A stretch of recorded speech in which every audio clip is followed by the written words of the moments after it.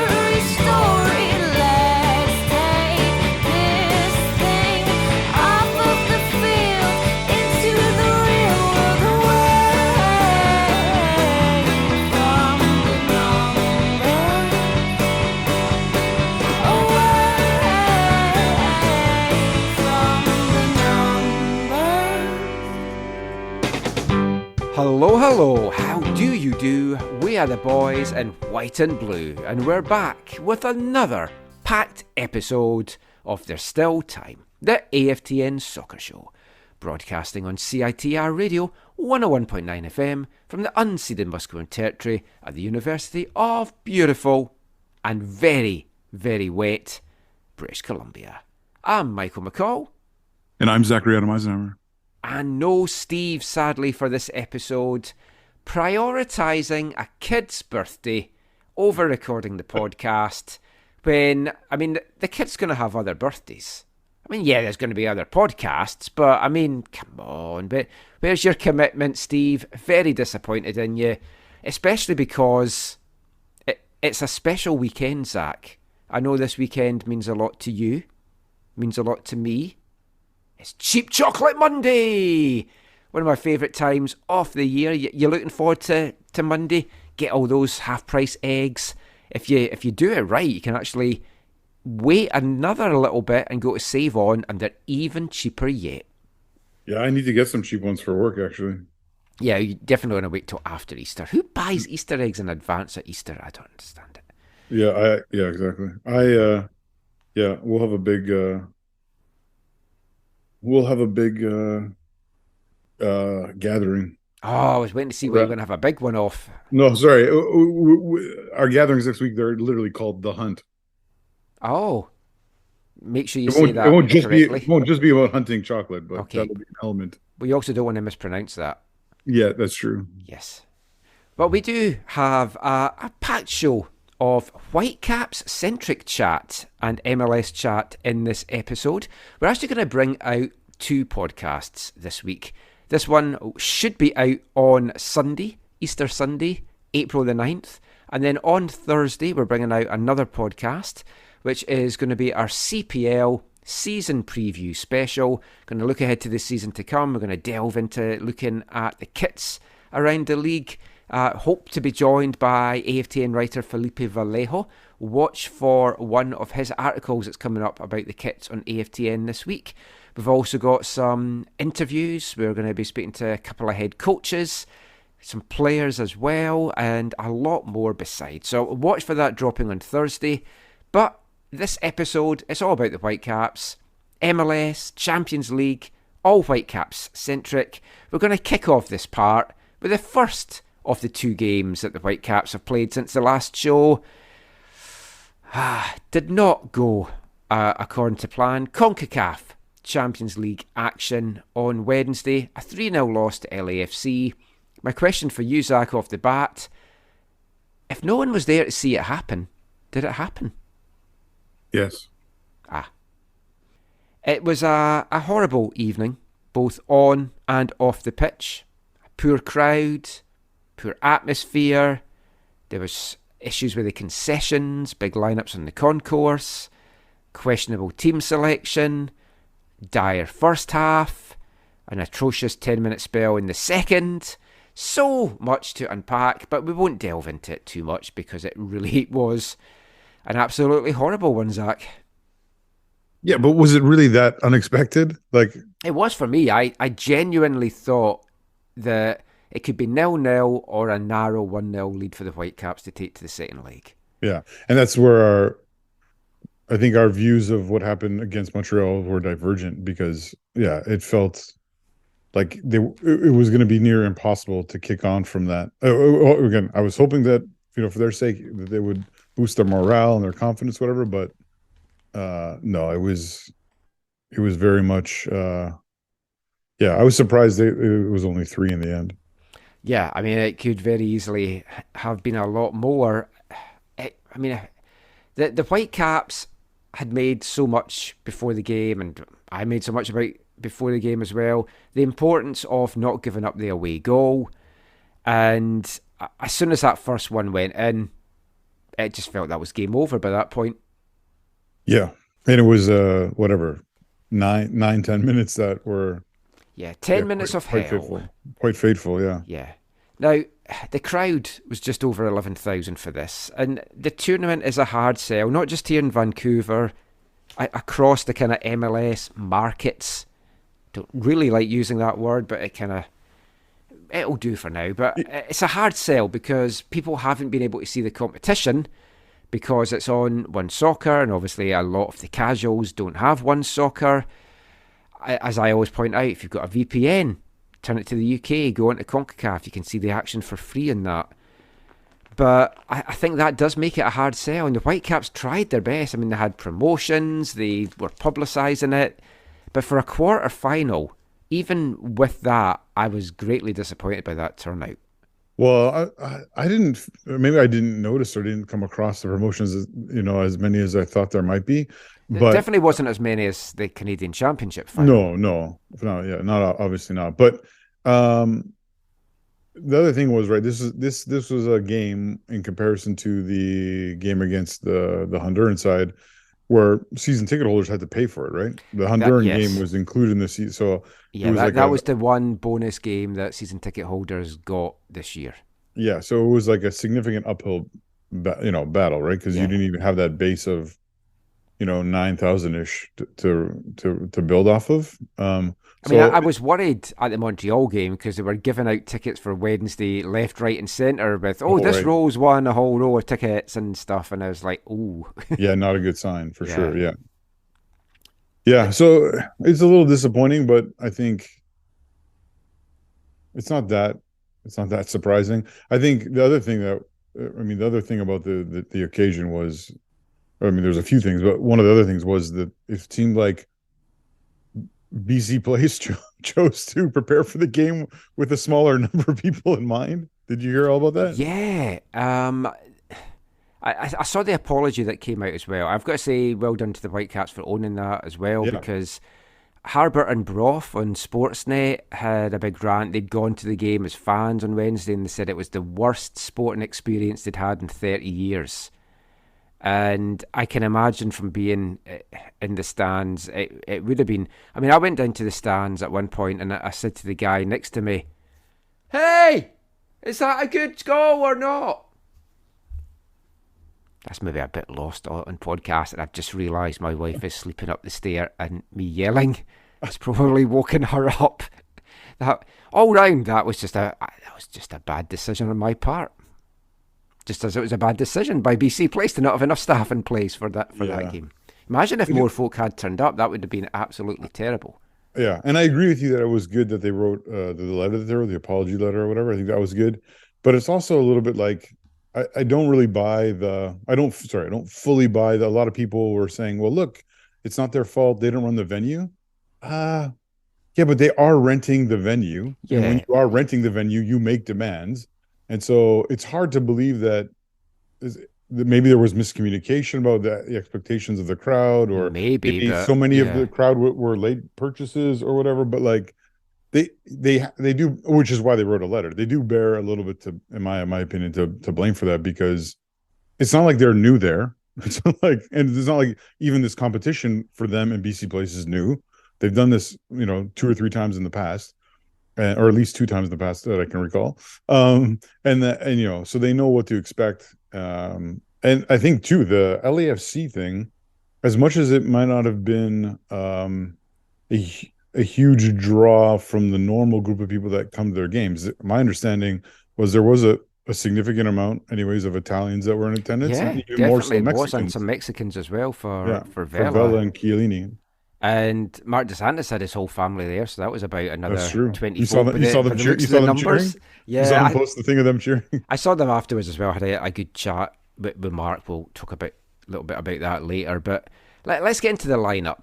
And I mean, we discussed it on the show last week. I thought Ahmed and Betcher would be starting. You'd build on that. Colin Miller had also said the same in the pre-game show, and he said if he was the coach, he would ride that and play those two young guys.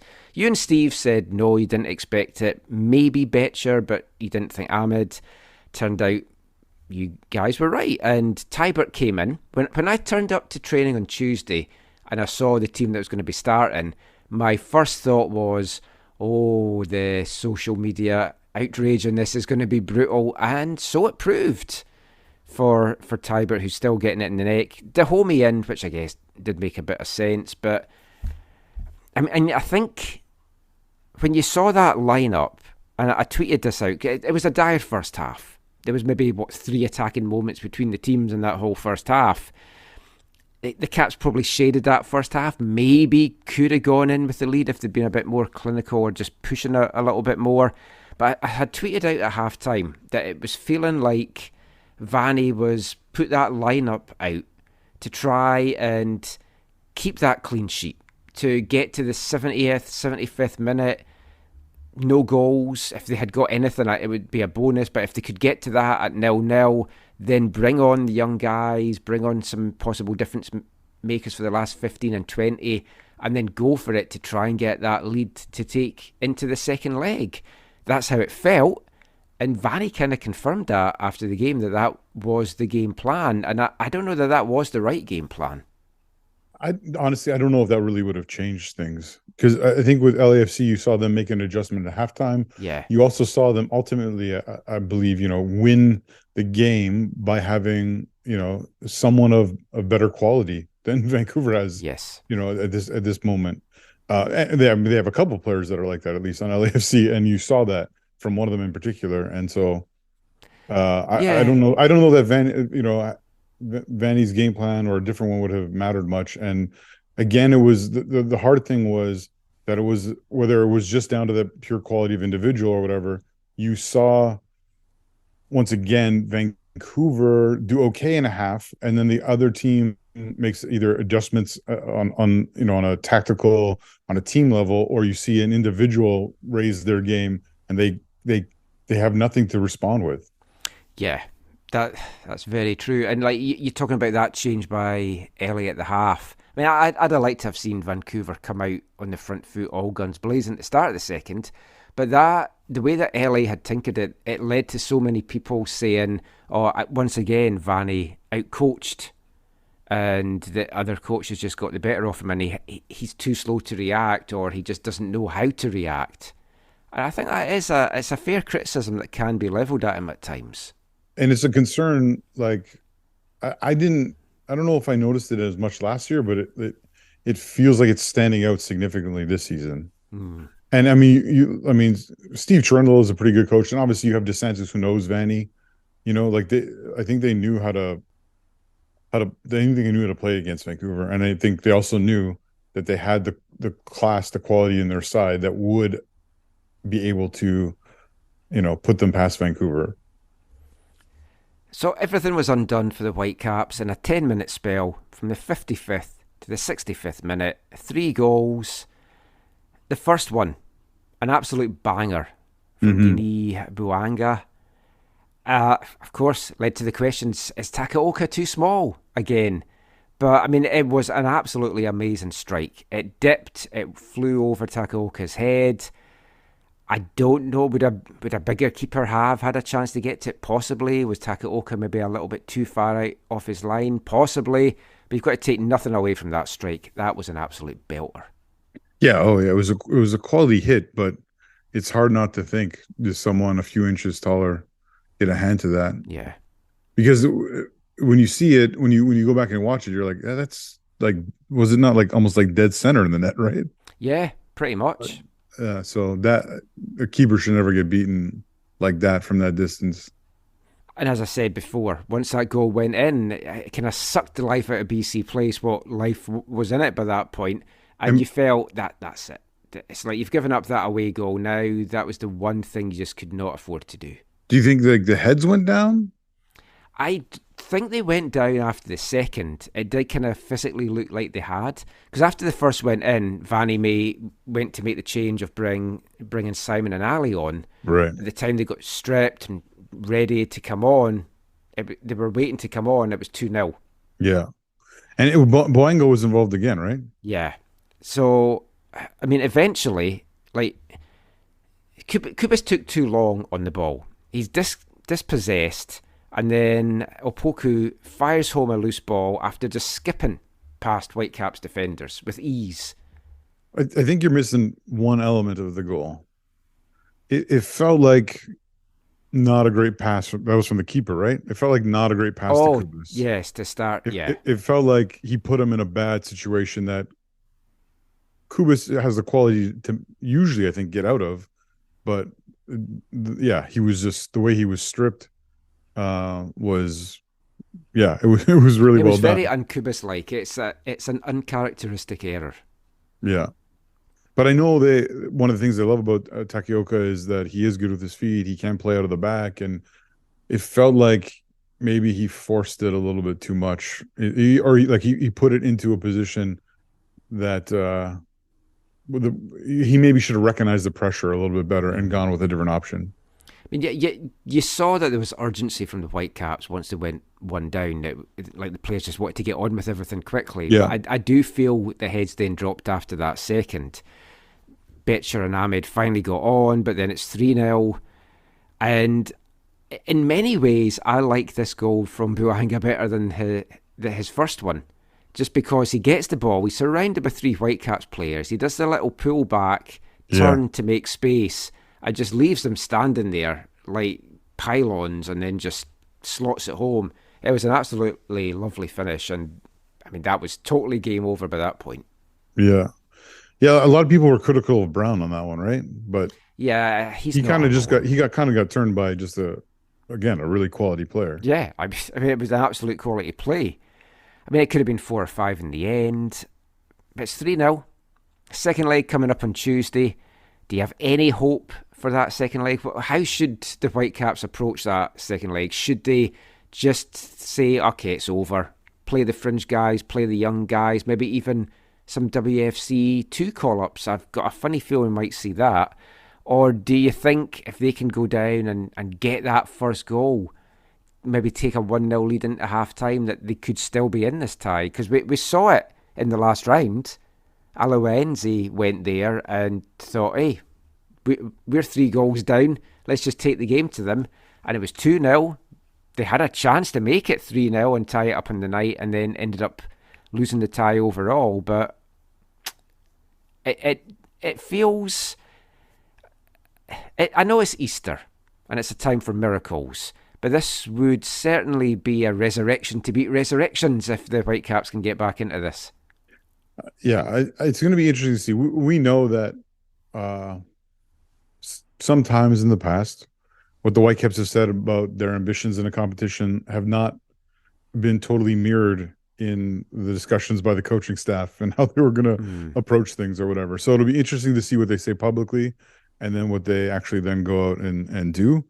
I think ultimately, I think both Vanny and Schuster, even though they may feel like, yeah, this is beyond us, I think publicly they're definitely going to say, oh, look, we're coming off another win in the league. We need to try and go out and get the result, or get a draw.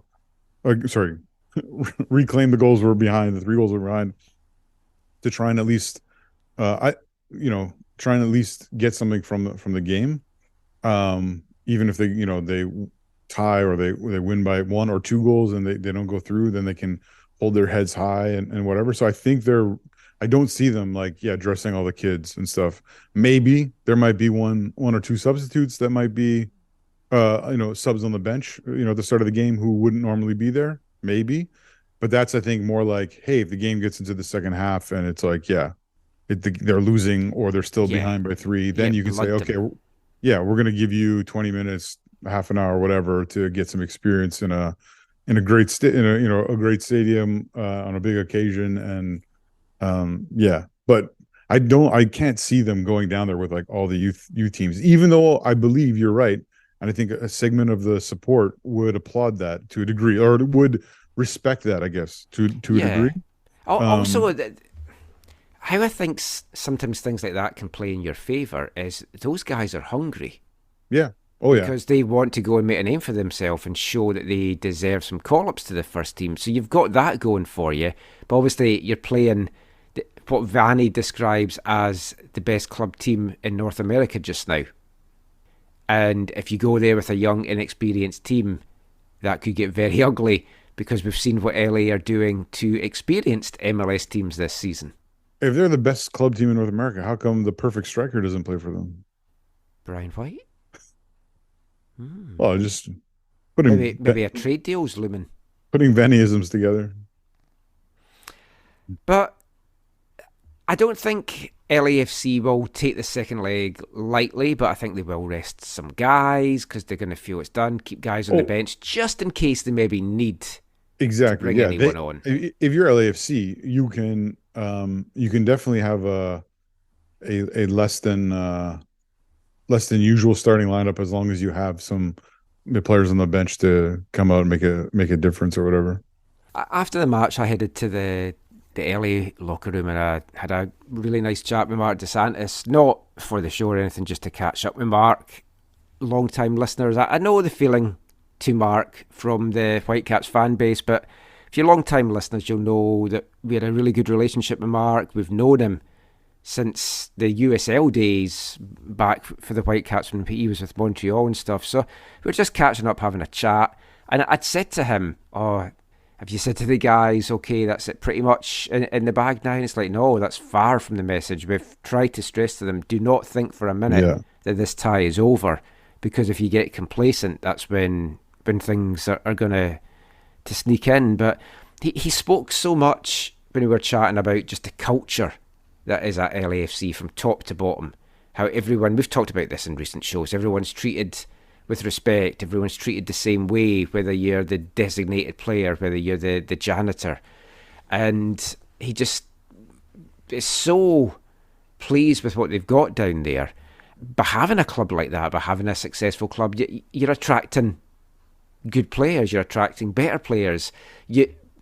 Decent, good players move out of LAFC, move out of the league. And then you bring in a guy like Buanga, who's just lighting it up now. Of course, last year, they got to bring in the likes of Gareth Bale and Giorgio Chiellini, who didn't even have to take to the pitch on Wednesday night. That's how comfortable they were defensively. Yeah.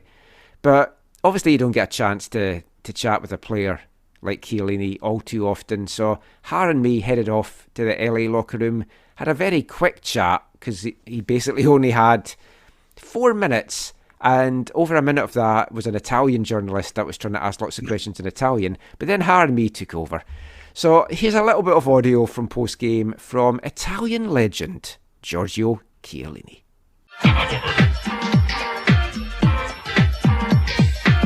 Campionato di calcio italiano. You've had a good experience around the world. You've played in a lot of competitions. How are you enjoying this CONCACAF Champions League experience? I start to learn about the CONCACAF Champions League for the last round, and it's really difficult because 6 hours by flight, a lot of different conditions, and now you start to understand how it's possible doing this unbelievable comeback when you play in some places very weird for us, and in Costa Rica was not easy for us.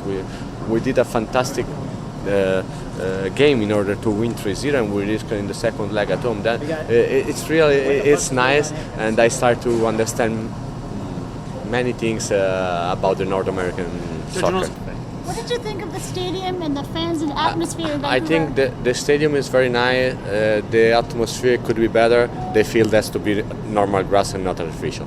Yeah, what did you think of the because the stadium is really amazing. I could imagine the stadium were more crowded, and we are normal grass and artificial could be much better. The team this year, Vancouver, is better than the last year. Is a good team. Today they were unlucky because, especially in the first half, they have a good chances and could score the first goal. But after the first goal, we continue to push, and at the end we deserve to win. We could score also the third goal. It was very important because the second leg at home, 3-0 is a very good result. It's not finished, but we didn't think to come back in LA with 3 goals in advantage. I wanted to ask, who did you give your shirt to after the game? I give my shirt to Vanni because he tried to bring me in Vancouver the last summer. We try all the way as possible. He's really a nice guy. Unfortunately, this trophy I chose in LA because the team was, to be honest, better, and I would like to compete to win the league, and I did a good choice, to be honest. But I'm really thankful to Vanni, to all the Italian community here in Vancouver, because I received a fantastic welcoming, and I was surprised, but I'm very thankful to all of them.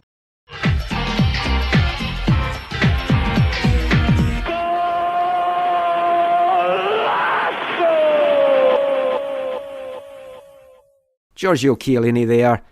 I've got to say, absolutely super nice guy. Manuel Veth had said he'd been down in LA and he was speaking to him, and he said, he's a guy that would just sit to you and chat for hours. And he was getting wound up by, it was like time by the PR people, but you could tell he just wanted to talk more. And he's one of those guys that's been there, that's done it. Just to sit down and pick his brain about the game for like 15-20 minutes would be absolutely fantastic. So we're going to see if we can try and do that. He is expected to come back for the last game of the season in October. Some of the Italian communities are trying to get him to do some events while they're here after the game as well. So we'll see if we can get a proper chat with him, because I genuinely, Zach, would love to just pick his brains about the game and how he sees the game here, having been here. Spoke a little bit there about the CONCACAF Champions League. It's kind of opened his eyes as to what clubs here have to face, all this travel and going to, like he was in Costa Rica for the first game and stuff like that. And he's like been quite surprised by it all, which is good. And 38 and still an absolutely quality player.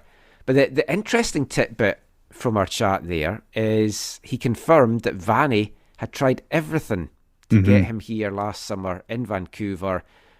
He just felt LAFC had the better team, a better chance at winning the league, winning trophies, and ultimately he was proved correct. Yeah, just like Max. You so you have your assignment, right? I gave you your assignment between now and when he comes back. Oh, you got to watch the Juve series on Netflix. Oh, yes. The Juve series on Prime. And I've got to learn Italian. Well, I mean, that's a little bit harder, but no, the way he comes across in those are it's really good, and it's just really interesting to see, him as a person, all the behind the scenes stuff, and then, like I told you, his very close relationship that he had with his center back partner in Bonucci. Which just is really, really interesting to see a little glimpse into their lives and stuff. You should watch that before you talk to him again. I think you'll have even more questions, or you'll have a different line of questioning if you watch those shows just about his life and even just his approach to football, and because it comes through in those series really, really well of how passionate he is, how committed he is, how the age thing, like just keep on going, like it's a part of who he is. And if you have time, you should watch them. He's certainly one of those older players that's come to MLS not as a retirement gig, and he wants to give back to the sport. Like we were chatting to Mark about him, and Mark said, he's just so good. He takes the younger guys aside and shares that experience, and just the way that he sees the game from everything that he's done and everywhere that he's played. It's what I wanted here. I wanted that experienced centre-back to come in and kind of work with the younger guys and try and bring the best out of them. And hopefully we can get a guy back like an Andy O'Brien, a Jay DeMerit, one of those guys. We've sorely missed that in our defence here in Vancouver for 8-9 years now. Yeah. So also something like a team like Vancouver FC and Pacific FC, like all these teams could do with somebody like that in their back line. I just think every team should have that experienced defender that can just share that experience and talk the younger guys through a game. So hopefully one day soon we will have a guy like that. When Har had put out some of the stuff that we've been talking about and how he had chosen LAFC over here, a lot of people had they were saying, well, yeah, but why would these older guys come here because of the artificial surface? And that does play a part in it. Yeah, oh yeah. Because if you're a 38-year-old guy, you do not want to be playing half your season on that pitch. No, the surface. That's the struggle Vancouver's always going to have here, sadly. Yeah, and I mean, they got around it a little bit, or they got lucky with it with some of the players they brought in the past, like Andy O'Brien and maybe a Kenny Miller, who were a little bit older. But yeah, I think neither of them knew how bad it was, right? Yeah. I was thinking about those. It's like I was watching Sports Scene earlier, the Scottish football highlight show in BBC Scotland, and I don't know if people are aware of this. Don't know if you're aware of this, actually, Zach. But Barry Robson is the interim manager at Aberdeen to the end of the season. And I think you've told me. Get the gig full time because he's done really well with them. But he was being interviewed afterwards, and I just kept thinking of the reaction he got here and how miserable he seemed to be when he was here. I'm going to try in the off season in Scotland to try and get a chat with Barry. What was the whole helicopter arms thing again with him? Oh, because if he played a pass and his teammates didn't have that IQ to go for it, he would just like throw his arms up. Yeah, okay. Right. So I just remember the helicopter. I think Whitecaps officials and supporters just didn't like the perception of it. But it was just frustration because he was reading the game differently from the players that he had around him, which Kenny Miller had the same issues, just didn't react in the same way. No, exactly. I mean, Kenny Miller, I remember you used to talking to Kenny Miller, being like, he's going to be okay. He's like, oh yeah, I'll take care of him. Kenny Miller was one of those, I don't know, one of the great players that have played in Vancouver. Like he was, I mean, he's not in the same class as Chiellini, obviously, in all-time, footballers, but he's fairly high up there in terms of, his what he's done in and he's loved in Scotland, right? Level. Yeah. Played for both the old firm clubs. It's like one of those rare guys that's done exactly. That. But he was so such class and so good to deal with. And yeah, I really miss him. I was meant to speak to him last year when he was assistant at Falkirk under Martin Rennie, and then it kept getting pushed back, and then they got sacked, and then I never ended up speaking to him. But he was keen to do it, so we will get him on the show to do that. Last thing about Barry Robson. In his kind of typical doer demeanour, he was interviewed after the game, but his team won quite comfortable. And he was like, I just felt we had a bit of a slow start, and then we really got into the game. His team scored after 16 seconds. He just ignored that aspect of it, and he just looked at what it was like till they got their second goal. Anyway, that's the horrible Whitecaps game. Well, in terms of the result. It's a horrible Whitecaps game out of the way. We've got another Whitecaps game to chat about back in MLS action. And it's better things to talk about this time. We'll be back with that after this. Hi, I'm Brian White, and you're listening to the AFTN Soccer Show.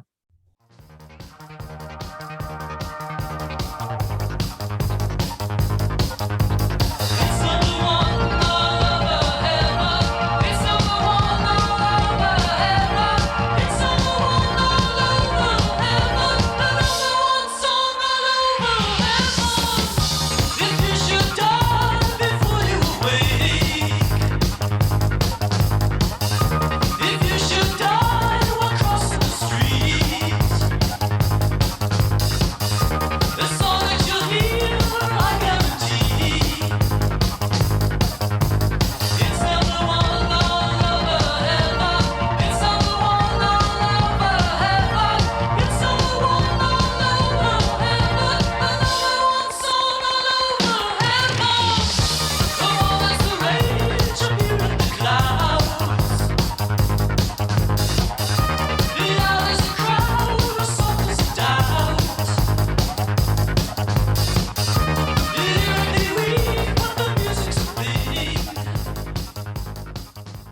Welcome back to the AFTN Soccer Show on CITR Radio 101.9 FM. And kicking off this part, it's the first of two songs tonight from our Artist of the Month here at AFTN for the month of April. American brothers Sparks, celebrating over 50 years in the music industry. And that is the title track from their 8th studio album from 1979. I've played this one for you, Zach. It's the number one song in heaven, is the title of the song. It reached number 14 in the UK charts and was a top 30 hit in the US dance charts when it was re-released in 1997. Had Jimmy Somerville from Bronski Beat on the lead vocals as well for the re-release. A nice song for Easter. What do you think the number one song in heaven would be? Obviously the AFTN theme tune. I think it'd be like a chorus of angels singing "Holy, Holy, Holy is the Lord God Almighty." But that's just basing on scripture, Michael. So yeah, in terms of songs, yeah, I don't know, something that's worshipful. And I know you haven't heard this song yet, and I'm just talking about it in the show, but I think if you listen to the whole song, it does go on about like the angels and Gabriel and stuff. So it might be something that you might actually like for once that I play in the show. There's lots you play that I appreciate. You're going to hate the song that kicks off part 4, I'll just tell you that. Actually, everyone's going to hate the song that kicks off part 4, but it's Ice Peak. They're back with a new single, and I love them. So we've got that coming up. But we've got another song by Sparks kicking off part 3. And I think as we headed to BC Place tonight, I headed to BC Place, you stayed out in the interior. It's a long day for me. Out in the North Shore, commentating on Altitude FC, Vancouver FC this afternoon. Well, I was in Vancouver today. I couldn't get to North Van in time. I got held up with my other errands. In the first part, I mentioned that there had been a uncharacteristic error from Andres Kubis. In that Altitude Vancouver FC game, because it was so wet conditions, a corner came in and Callum Irvin went up for the ball and dropped it. And then it was cleared before it could get poked home. So at half-time, he was coming back on the pitch and he saw me sitting doing the commentary. He's like, "Oh, you doing play-by-play?" I was like, "Yeah." And he said, "What did you say about what happened when I dropped the ball?" And I said it was an uncharacteristic error by Callum Irvin. He's like, "Oh, that's good. That or blaming the wet conditions, that's all fine." Oh, that's awesome.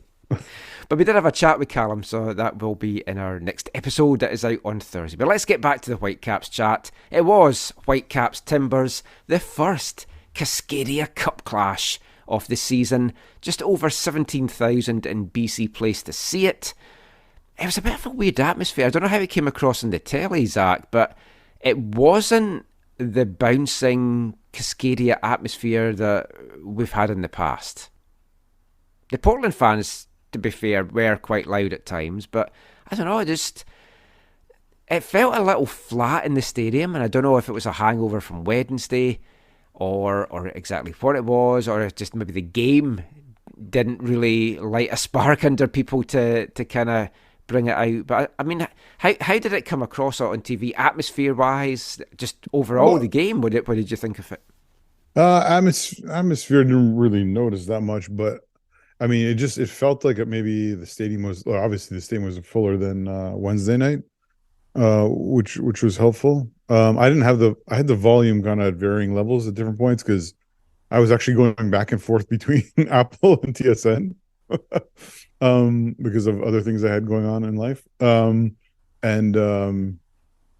it was kind of interesting to switch. I had Mr. Price, who I'm not a huge fan of, and then I was listening to Mr. Caldwell, who I know you're not a huge fan of, but it was interesting to go back and forth. So yeah, I didn't really I mean, it seemed more lively, obviously, like when the goal that was disallowed or whatever, like you could tell yeah. people there was like a relief when that happened. Then obviously when later on there was a, relief again when the goal counted. I mean, the Whitecaps, my sense, which might be out of touch, they are still trying to rebuild a fan culture that is meaningful for them. And based on the pandemic and the issues and new leadership, with most of the old leadership gone. So that doesn't happen overnight, and they have some great things there, like we talked about before, like Vancouver Albion. And then you have some people who've been there forever, some particular members of the South Side, and Peter and then other was groups. in good voice tonight and Yeah, was leading the chat. yeah, I saw Peter, doing a great job leading the people. And the one thing I will say is that it's nice to know it's not. I mean, it looks like, if not, maybe the fullest section that's on TV is still is that unified GA section. So Yeah. I think that's something that's good, and that's something that will hopefully stand them in good stead. And I mean, in an ideal world, that area expands in the long run. Like, there's some hopefully there's some growing pains to that, but I think that's what they need in the long run. But so I think, is it like a Cascadia Cup match from years ago? Probably not on TV, anyways. And from hearing what you're saying about being in the ground, it's also not. I mean, I could have gone to the game actually. One of the you don't remember the casuals? Oh yeah, one of them messaged me and said, "Hey, I got free tickets. Do you want to come to the game?" And I was like, "No, I'm good." He's like, "No, you should come." I'm like, "Yeah, no, it's not going to happen." It certainly was not the most exciting. Yeah, the game was a little bit lackluster. Yeah, that doesn't help. I think going into it, one of the questions was the Montreal game the outlier? Because obviously Montreal was a horrible team last weekend. It's like, was that performance against LAFC more the norm? And I think in that Champions League game, you certainly saw the gulf in quality between the top sides in MLS and the others. Yeah. And I think the truth is that it's somewhere in the middle is what this Whitecaps team is. They're not going to be world beaters like they looked against Montreal, because not every team's going to be as bad as Montreal, although Portland gave it a good shout tonight. Yeah, I was going to say. That was one of the worst Portland teams I've ever seen at BC Place. Yeah, so they weren't that much better than Montreal. Like, it felt like. I will, before, if any Timbers fans are listening, I will kind of preempt that by saying they are beat up beyond belief with injuries and stuff, and they've got guys playing out of position, which added to the fact of there's so many players on their team I don't even know anymore. Yeah, I was the same though, because when I was doing the report, I was looking at the team sheet and I was like, who on earth is that guy? Yeah, exactly. Exactly. There was one guy had played a crossing at one point, and I was like, who's he? And then I looked at the name, I was like, I still had no idea who he was. But I mean, a win is a win is a win. It was a narrow 1-0 win in the end, but it was a deserved win, easily a deserved win. But I think, I'll speak for myself here, just when I thought the breakthrough wasn't coming, the Whitecaps found a way to get that breakthrough, because they were pushing, but to Portland's credit, defensively they were dealing with most of it. Yeah, there was some calls that went in their favour with refereeing, VAR and stuff like that. Was it two? Was it one or was it two? I remember the Ranko one. It was two. Ranko had the ball in the net twice. Right. In the first half, he danced around the keeper in the 6-yard box, but when the ball had come in from Gressel's shot, he was offside. Yeah. And then the rebound came to him, so then he tucked it away, and then he had that header in the second half, which was a great header. But for the foul, yeah. Yeah, we'll come to all of that. There was 5 changes from the team that lost on Wednesday, or started on Wednesday. 2 changes from the team that thrashed Montreal last week, and that was Laborda coming in for Brown and Gold coming in for White, with Simon and Ali keeping their places for the MLS games. This was a chance to kind of see how the two of them would do against a full complement 11v11. Although, again, Portland tried their very best in this game to go down a man. I haven't actually looked at the final stats. Let me look at those stats just now to see what the booking situation was, because that was like the referee just seemed to be bringing out cars left, right, and centre. And 4 for Vancouver, 3 for. Is that all it was? Yeah. Yeah, but all of them but one were in the second half. Wow, that felt a lot more because every time he brought a yellow out, I thought, oh, is that a second yellow? Yeah, I did. I thought I had the same feeling as well. But one of those was for Vanny too. So it was three Yeah, players. that's three true. players. I thought As he was what's his chasing name? down the Portland guy to have a go at him. Yeah, and then he had to talk to the referee. I thought what's his name was going to get one. The German Jungwirth. I thought he was going to get one for just how he was talking from the bench, but he probably chose his words carefully. But I mean, the game itself, the first half, it was pretty much all Vancouver. I mean, the whole game was pretty much all Vancouver. It finished 13 shots to 2 in Vancouver's favour, 9 shots on goal for Vancouver, 0 shots on goal for Portland. Yeah.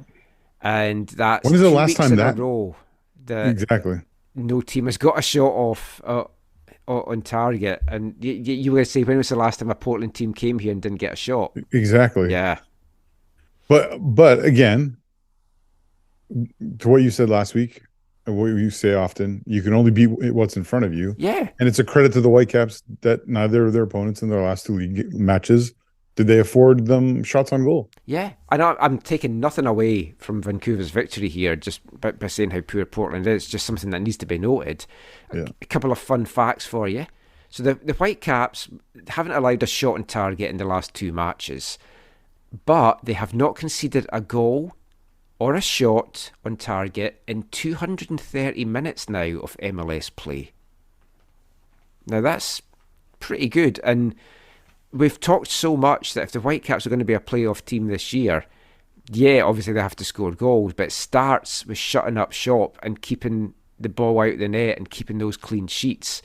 Because you keep a clean sheet, you've always got at least a point on the board.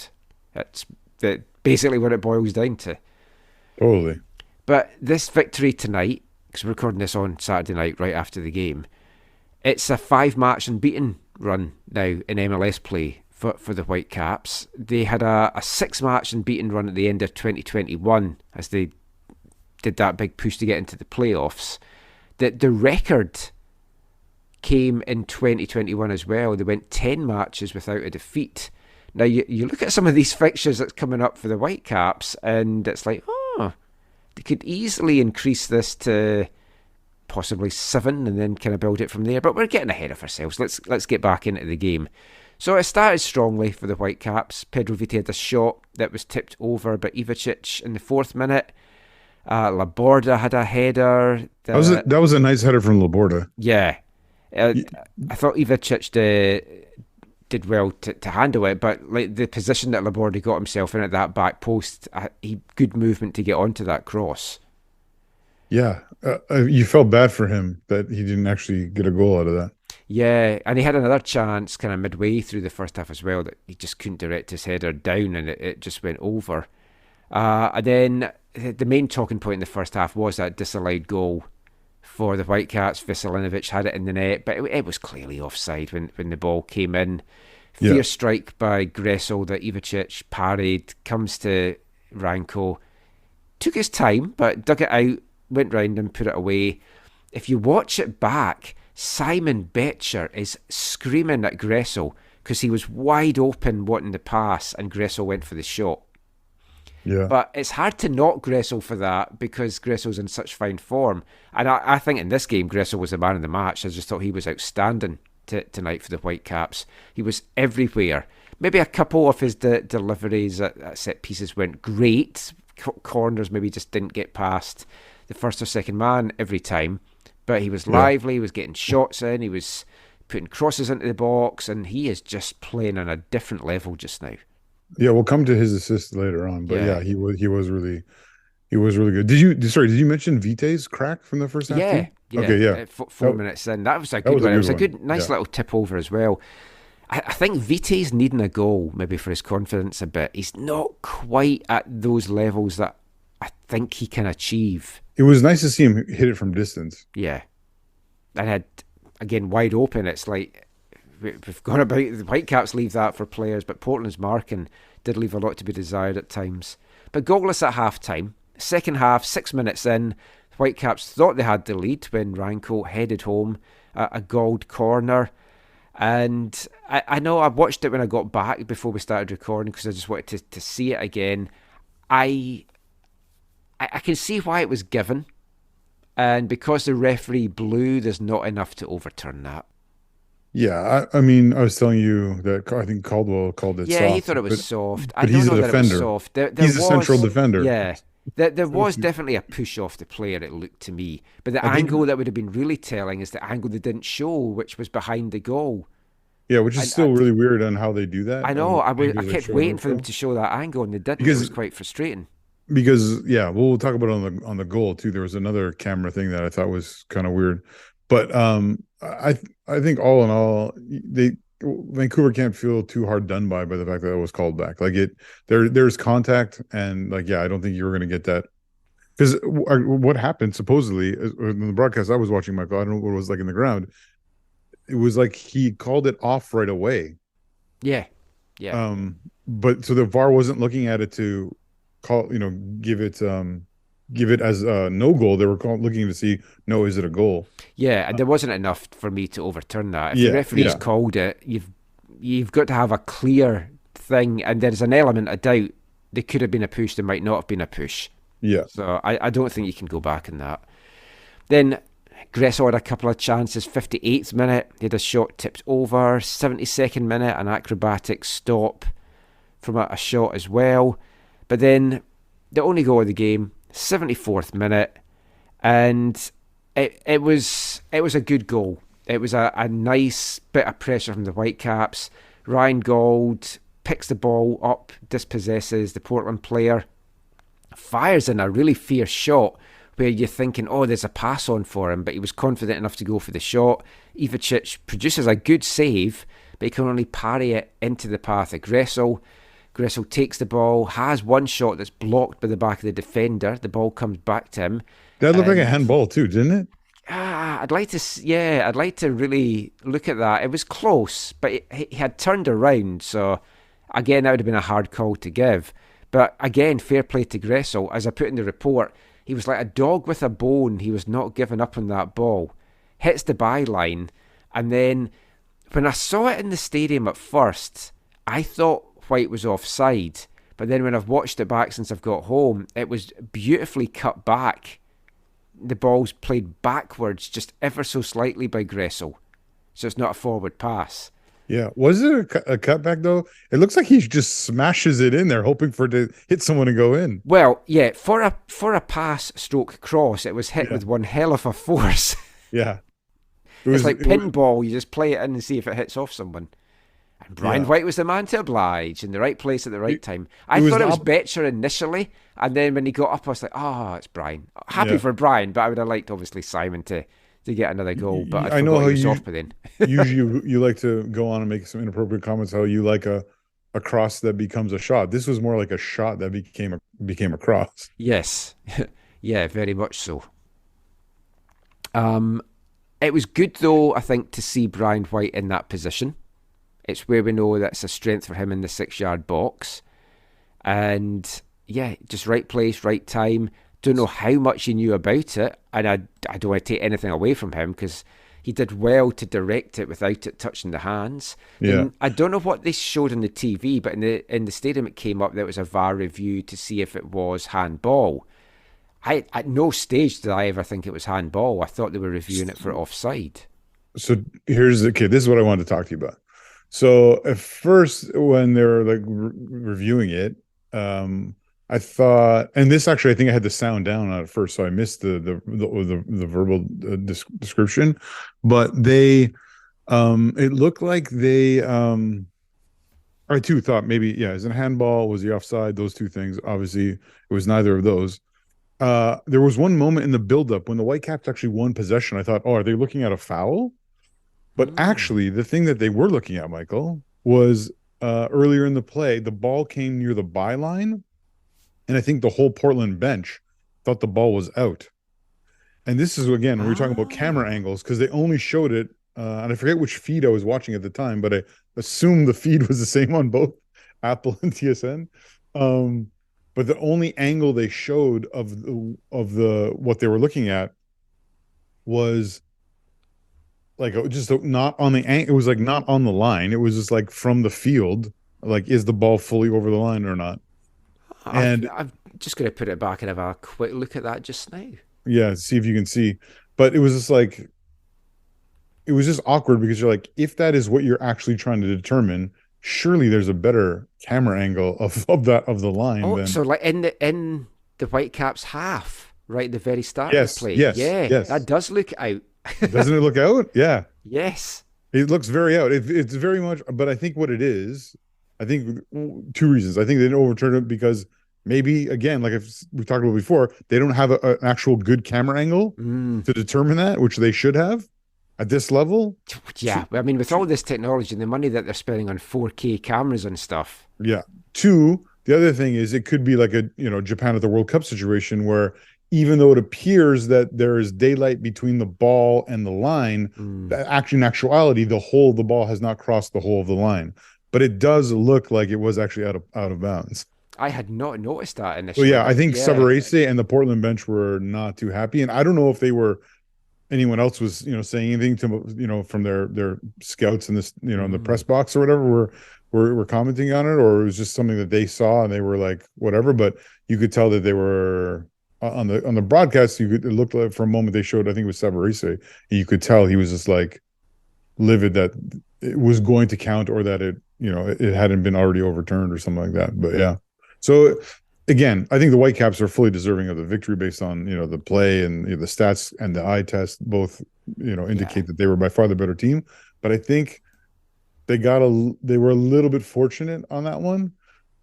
However, when you talk about the last however many years it's been in the Whitecaps and their history with the VAR, I think they've had enough go against them that shouldn't have gone against them, that even if this was actually out, it's okay that VAR didn't, overturn it. But when they started to review it, I was like, if 3 goals get ruled out, that's just like that would have been intense. Yeah. Julian Gressel's now tied for 3rd in MLS with 4 assists on the season. Also leads the Whitecaps with 5 assists in all competitions. Brian White, his 4th goal of the season in all competitions, tied with Simon Betcher. So that's all good news. Last couple of things I just want to talk about from the game. One, Andres Kubos went off in the first half with an injury, which initially in the press box we thought it was a dislocated shoulder, but it's been confirmed afterwards that it's a shoulder contusion. And Vanny was asked after the match, I listened to him on the post-game show driving home, and he says he doesn't want to speculate because obviously it's still early days and stuff, but it's maybe not as bad as first feared. He might have to sit out the Galaxy game midweek, which I'm sure he might have done anyway, but they hope that he could be good to go for Austin. He just couldn't continue in the game because he just could not move it. Yeah, that felt like it might have been the turning point of the game when that happened. You're like, oh no, is this? I was thinking it was the turning point of the season. Yeah, just how influential that he is for them. Totally. Because they have not got like Berhalter. I thought Berhalter did a good job when he came in, and I've quite liked what I've seen from him this year. But you've got nobody that's near that Kubas level if he goes down to take that number 6 role. You didn't talk about how many goals Owen Goal has. It wasn't mentioned in the stats. Yeah, should double check that. Also, from the game, you forgot to talk about how. Oh, we'll get to Owen Goal later. I can see your face light up. One thing from the game was the very, very end. It was interesting. It would have been a great end to the evening for Whitecaps and their fans had Casado been able to score in the 6th. I was willing him to put that in just because of everything he's been through. It would have been so good for his confidence. Good ball over the top, great run through. A little bit unfortunate on the finish, but a good sign from him anyways. Yeah. Ivacic, wasn't the greatest save, but he made himself big, cut the angle down. I thought he had a really good game for Portland. And it's been interesting with everything that was going on and how he had basically said that Savarese was a liar and that he wasn't injured and that he was just not playing because of keeper's choice. And then they've been losing their keepers, so he's had to come in. I think in a performance like that, he's kind of showed, look, I deserve to be getting these minutes, and I thought he had a really good game. But the last thing I want to mention, going back to Berhalter, and we mentioned this when we were chatting during the game, It was interesting that he was the guy that they brought on for Kubis as opposed to instead of Tiber. Rusty. But I guess they are looking for that 6. And I think Berhalter's the better 6 than the Tiber. I mean, can you even describe Tiber as a 6 anymore? Is Tiber more an 8? What is Russell Tiber? Discuss. Yeah. You said you wanted this to be a shorter podcast, right? Yeah. Okay. Yeah. Okay. The listeners can write in. What is Russell Tiber? Discuss. Yeah. You're going to get some interesting. Oh, it's going to be some interesting tweets. I may regret that, I think. Let's wrap this part up now. That is it for our look back at the Whitecaps win over the Timbers. We've got a lot more Whitecaps and MLS chat to come, and we'll be back with that after this. Hi, I'm Vanni Sartini, and you're listening to the AFTN Soccer Show.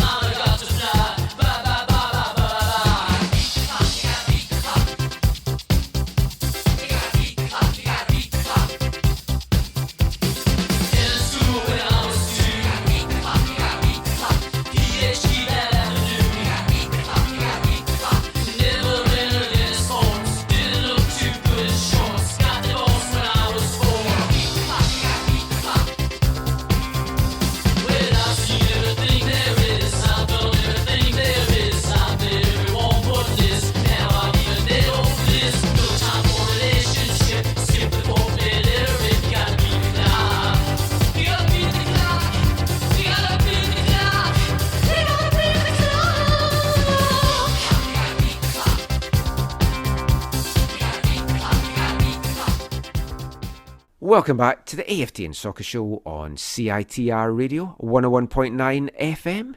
And kicking off this part is another song from our Artist of the Month at AFTN for April, Sparks, the American Brothers.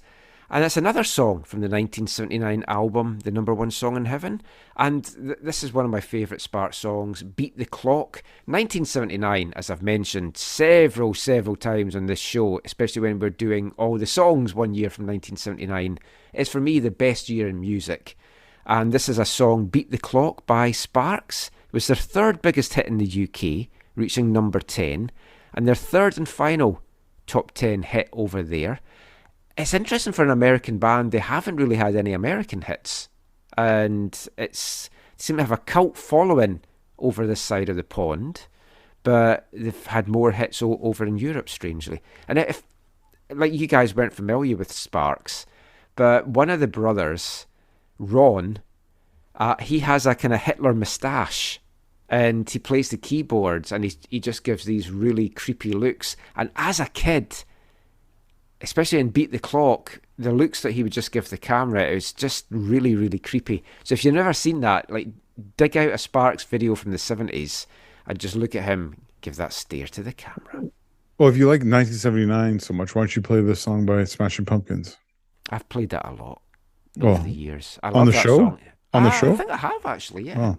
Oh, okay. Oh, maybe when we were on the radio, I think you did. Sorry, when we were in the radio studio, yes. I think you played once. Smashing Pumpkins, one of my favourite bands, and also one of my favourite compliments to give Caitlin.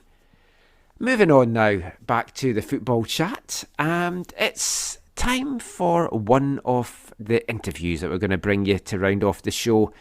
So, last week, Ali Ahmed got his first MLS start, got his first MLS assist, got his first MLS goal. Everything's coming up. Roses for Ali. Got back in the starting lineup for the game against Portland. Didn't register a goal or assist this week, but it was another good performance. He was fairly in the wars, I thought, though, Zach. He was getting kicked about all over the pitch, especially in that second half. But They mentioned on the broadcast it was cool. He, like, Ramadan, I think, ended at sundown. So, like, at one of the breaks, they were, like, giving him food. Yeah, he went and got some stuff. So I got a chance to catch up with Ali this week at training. So we spoke to him at training on Tuesday. just to talk about that performance in the game against Montreal, and talked a little bit about his fasting and Ramadan, as we talked a little bit in the show last week, and then just looking forward to his hopes now to build on that for the rest of this season. So go stick the kettle on, grab your biscuit of choice, sit back and enjoy our chat with Ali Ahmed.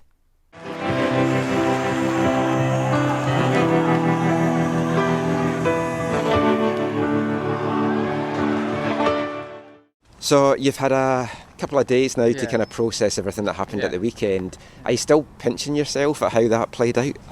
For sure, 100%. My first start, my first goal, my first assist to happen in the same game the first time I started, it's crazy, honestly. It's a crazy feeling. And also for it to happen while I was fasting it's another special moment, you know. Last year I made my debut, my MLS debut while fasting. This year I score while fasting and the system is while fasting. And then also most importantly it was at home. Special feeling Saturday night against rivals Montreal. So definitely special 5-0 win, and we needed those 3 points too. So BC plays 3 points, nothing better, honestly.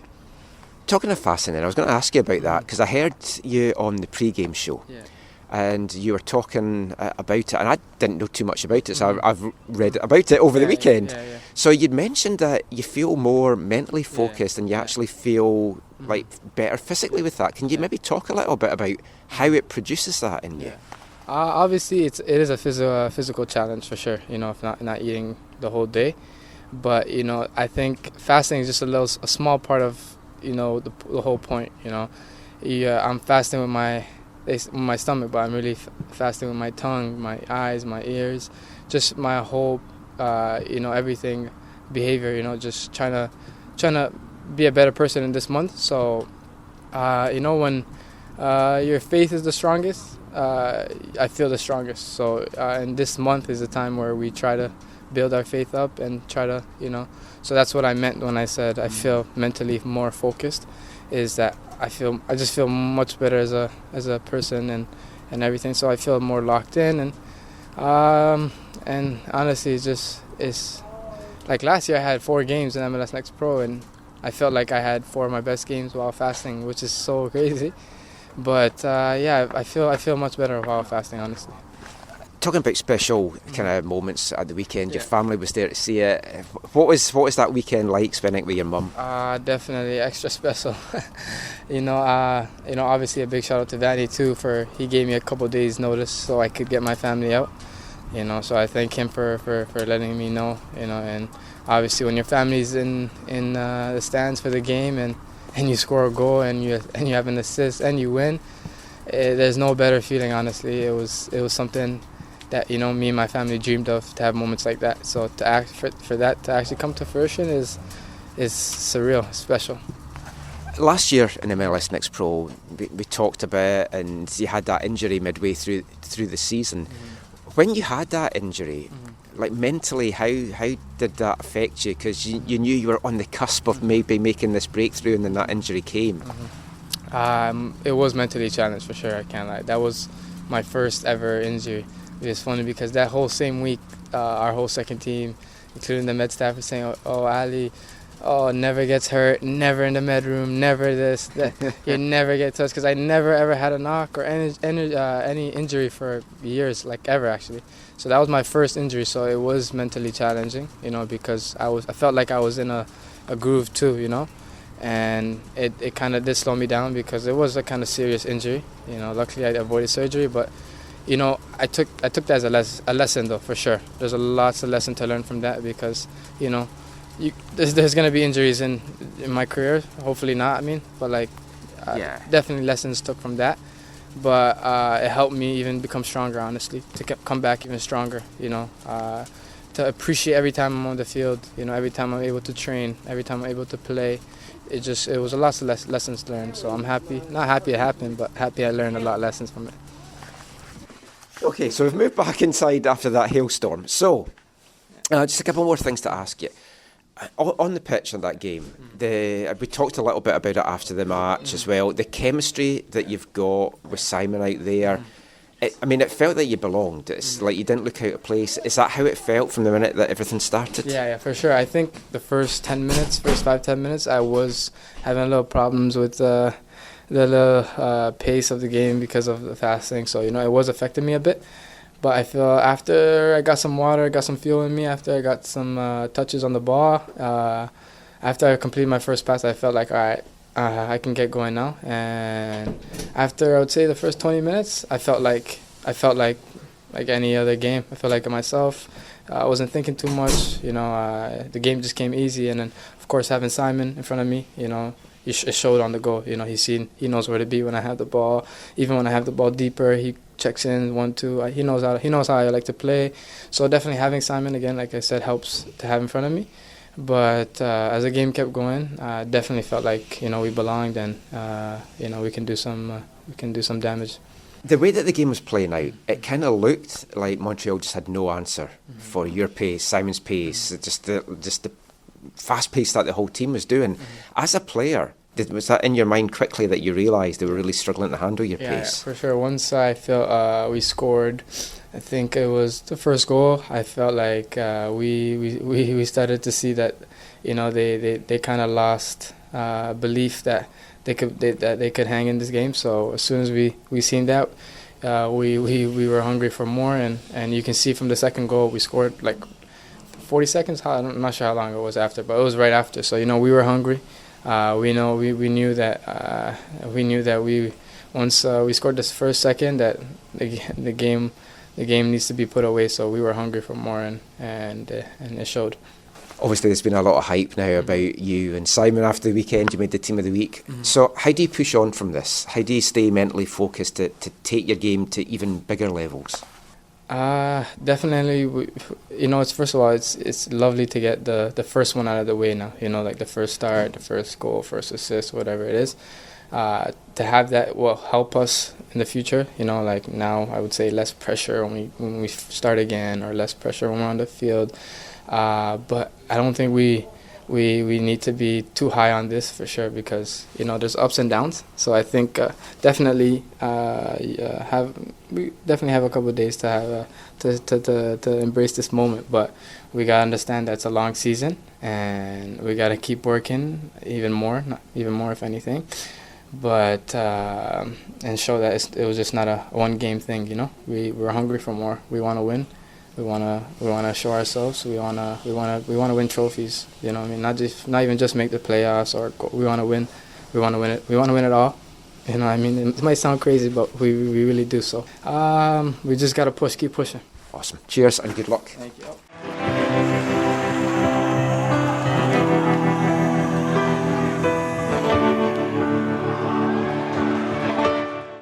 Ali Ahmed there, just talking all things Whitecaps. It was great to catch up with Ali again. I said last year, I said last week that I'm really rooting for Ali. He's just such a nice guy. When he was out with that injury last year, we had a number of chats at Swangard after the games when the players were coming off, just chatting about how his recovery was going, the season, everything like that. And he touched on it there. It was mentally difficult for him because he's never had an injury before. So it was his first injury, and it was close to maybe needing surgery. But as it turned out, he didn't in the end. But he was just on the cusp of making that breakthrough last year. And you've seen it before with young guys. Sometimes that's their one chance, and they don't get that second chance. But thankfully, got back in the team, string of good performances, got that MLS deal, and hopefully going from strength to strength. Really great guy to talk to. So let's round up the rest of the action in MLS West. The Whitecaps' victory sees them sitting in 8th place in the standings on 9 points from the 7 games played. So when we spoke to Axel a few weeks back, he had targeted 9 points from the 3 league games that were coming up, and we were like, ooh, that's optimistic, maybe, or challenging. But it's 6 out of 6 so far, which is what you were wanting, and they're going to an Austin side now next week that are in all sorts of bad form. And they kicked off the MLS West in action this afternoon. It was the game that was live on Fox in the US, live on TSN here. And a 3-0 win again for the Whitecaps conquerors from midweek LAFC, and this time a Denis Abuanga hat-trick. Yeah. And 2 good goals again in it. That second goal, they just hit on the volley. Wow. What a finish. Yeah. It was impressive. Yeah. Very, very, very impressive. He is looking phenomenal just now. If the LAFC fans do not have a version of Blondie's Denis for him, I don't know what is wrong with them. They need to get on that. But he looks a right handful. I could see him getting rested midweek for the second leg of the Champions League. I hope he is. I can see that too. 5 goals in 4 days. It's a pretty good return. LAFC dominated this one, 26 shots to 9, but they only got 6 of those shots on target, whereas Austin had 4. But we've said this for the last few weeks, Austin are not the Austin from last year, but still clinging on to that 9th and final playoff spot. Austin is... It's weird to see them have such a big fall off from last year, and you wonder if they'll be able to right the ship because they have been so exciting, and they have they brought in some really top MLS talent to add to what they had, and like Driussi and other guys, and I was like, wow, they've really built strongly. Don't see them catching LAFC, but I could see them being second or third, and I mean they still could be, but it's been very surprising. Going there next week is perfect for the Whitecaps. I think that's the ideal time to have this trip to Austin. Oh yeah, totally. And like you said, Axel's desire of 9-9 could come true, but that'll obviously be the hardest of. You would think it would be the hardest of the 3 games. Yeah, and they're 1-1 from their 3 games at home, and I kind of feel they're maybe going a little bit back to what they were in their first season. But yeah, catch them at this point. Even if you get a draw next week, I think that's a fantastic return. 7 from 9 for the Whitecaps going into a bye week, and then I think it's Colorado that comes to town after that, who are also not in great form. It was Miami 0, Dallas 1. Your boy Jesus, Zach, on Easter weekend, scores the only goal of the game in the 27th minute. Ball just ricochets to him wide open in the 6-yard box, puts it away. Dallas, again, maybe punching a little bit above their weight. Takes them to 4th in the standings, 11 points from their 7 games. But they're one of those teams that just seems to do what they need to do to get points on the board, especially early on. They've been very good in recent years at getting those points on the board, and then they fall off dramatically. Yeah. Ferrer's goal was pretty simple, obviously, but he looked really good in the game from the get-go. He was kind of flying and showing his qualities, and probably could have had another goal or 2 in the game. I wish Steve was here to talk about Miami, because I mean, going on the road is difficult in MLS, but they'll be disappointed to not get something out of the game. And I mean, they're sitting 12th in the East now, and I mean, that is a team that if they do not perform, they are gonna make that coaching change. And there's a few coaches I think that are going to be looking over their shoulder in the rest of this month. But Neville's certainly a guy that, if he doesn't turn things around quickly, could be on the outs there. Now, normally when we go through these games, I kind of go through in the order that the games were played, but I'm going to keep the next game to last because it's obviously the most talking point. So, Chicago Fire 2, Minnesota 1, a Kai Kamara first brace. half double. That opening goal is not, with his left foot, is not one he will remember as a classic, but his second was that diving glancing header. That's your typical Kai. Beautiful. I still would have loved him to have stayed here. I still would have brought him back here when he was available, because he's always going to be good for goals. Yeah, it was like Toss Ricketts. Toss was going to get some goals at some point in a season for you. Yeah. Kai, a different level above that, I think. Yeah, exactly. He is one of those few players, I think, in MLS who has, like a fine wine, just gotten better with age. He is still going, and still worth a roster spot, and whatever you can swing to get him on a contract in this league. And do it. Yeah. Kevin Arriaga did pull one back in the second half for Minnesota. Wasn't enough for a comeback though, so they're unbeaten record has gone. LAFC, the only unbeaten team now in the West. FC Cincinnati, the only unbeaten team in the East now. It was Houston 3, Galaxy 0, and the Dinos spanked the Galaxy. Did you watch this game? I did. This is one of the ones that I didn't watch the goals, but I watched the sending offs. Yeah, so I watched the full whatever 7-minute highlights or whatever, and I don't know why Chicharito didn't start the game, and I don't think Douglas Costa started the game either. He didn't finish it. No, he did not finish it. But I'm trying to remember. Oh, yeah. Well, it was the opening goal was Herrera, right? Mm-hmm. Herrera from a free kick on the side that kind of he bent and it went by everyone and went in the far corner past Jurgen Jr., Klinsmann's son, who was starting again because I think their number one's injured. He got injured against the Whitecaps. Exactly. So it wasn't great. But then, yeah. The second goal was the penalty, and that's where you saw the first red card because Caracas, am I saying it right? Caceres. Martin Caceres. He goes over. He's such an idiot because he's on a booking. He goes over and is talking to the ref while he's trying to watch the VAR. He puts his hand on him as well. Puts his hand on the shoulder. The ref just looks at him like, "What?" I'm gonna give you a yellow card. And then I think as he's pulling out the yellow, he's like, "Oh yeah," starts reaching for the back pocket. It was one of the most stupid because I was looking at during the game because I didn't have a chance to watch all this. So I was trying to watch as many highlights and goals as I could during the second half at BC Place, and it had said that he got sent off for entering the refereeing area, and I was like, "Oh, I have to see this." Yeah, it was so dumb. So he gets sent off. Bassi, no relation to Derek, scores the penalty, and then Bassi got another goal late. But then they had brought on Chicharito and Herrera. Of course, they know each other well. He clatters into Chicharito. It was a thumping. I mean, that was a deserved booking. He gave one of those classic CONCACAF turnarounds. Like, what was so bad about that? I got there as fast as I could.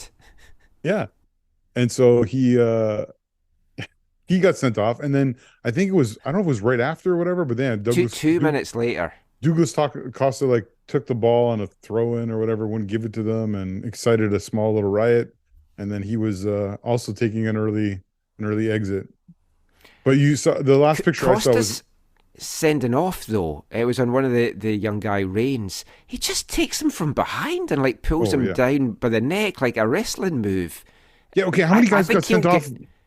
How many guys got sent off on that last play? Was it just Douglas? It was just Costa. Him. Okay, yeah, because it was a kind of a crazy. And there was the referee's hand was in the air with the red card. Yeah, how many people?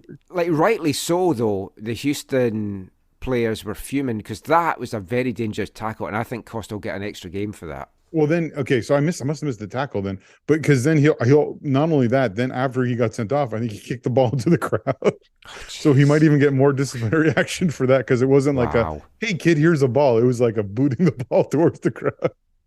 So the Galaxy are still winless, and they're sitting second bottom now, just with the fact that they've got a slightly better goals for, but so the pressure's on Greg Vanney, Surely, and I know we can do the "don't call me Shirley" thing, but I mean, I said in our season preview, I did not like the fact that they have not strengthened, and I had them missing the playoffs last year. They got in fourth, and I think that saved Vanney at that point, but he has to be feeling the pressure now. But I mean, would the Galaxy pull the trigger early? This is again using the market word, this is a market where, well, this is a club that, and I've said this before in the show, if you go to Europe up until maybe 4 years ago and you said name an MLS team, they would say the LA Galaxy because of Beckham and just everything and the powerhouse that they were. But their star has waned so much of late. They've got their cross-city rivals now that's one of the best teams, if not the best team in North America. They cannot afford a lackluster season. You've seen some of the crowds at their games, and they have not been good. So I think Vanni, he could be looking over his shoulder. Neville at Miami. Savarese as well. Yeah. Has to be watching at Portland. The only thing that might go for Savarese is they do know it's an injury crisis. Yeah, and he has one. He has one. I think he has one in MLS Cup, and they also were saying in the broadcast today that he's actually the longest serving PDX manager in the MLS era, and his deal has been not that maybe this summer or something extended to like 2025 or something. Yeah, I mean, he's a good boss, but they cannot afford to miss the playoffs 2 years running. No. And if you miss the playoffs with 9 teams going in, any team that does miss that, you've got to ask serious questions about the management, the building of the squad, and that counts for the Whitecaps, that counts for whoever. So yeah, Vanni could be in a little bit of a sticky situation there. I would also have said Peter Vermees would as well, but he signed this new deal, which might, I assume, make him safe. So what were you going to say, though? Well, I was going to say, you're saying at least one Vanni will be gone by the end of the year? Yes. Sorry, I was going to say with Peter Vermees, he signed a new deal, but they still can't get results. Yeah, because he extended his contract. Because we had recorded a show where I said we discussed is his future in doubt, and then the next day they announced the contract extension. So I actually cut that out of the show, so that bit didn't go to air. But in a normal circumstance, you look at the fact that KC were awful last year, and they're even worse this year. They're sitting bottom of the West. They're winless. They've got 3 points. They've scored 2 goals in the season. Yeah, what's wrong with Johnny? Oh, he is so out of form. The Whitecaps should trade for him. Is he just? He's a fresh start here in Vancouver with his best Dundee United bud, Ryan. I'll speak to him. Is he just like heartbroken over not being with Scotland all the time? Or no, he is with Scotland. It's Ryan Gold is not with Scotland.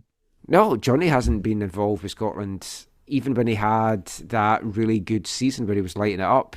Because as soon as Steve Clark came in, he doesn't think MLS is a quality league. Right.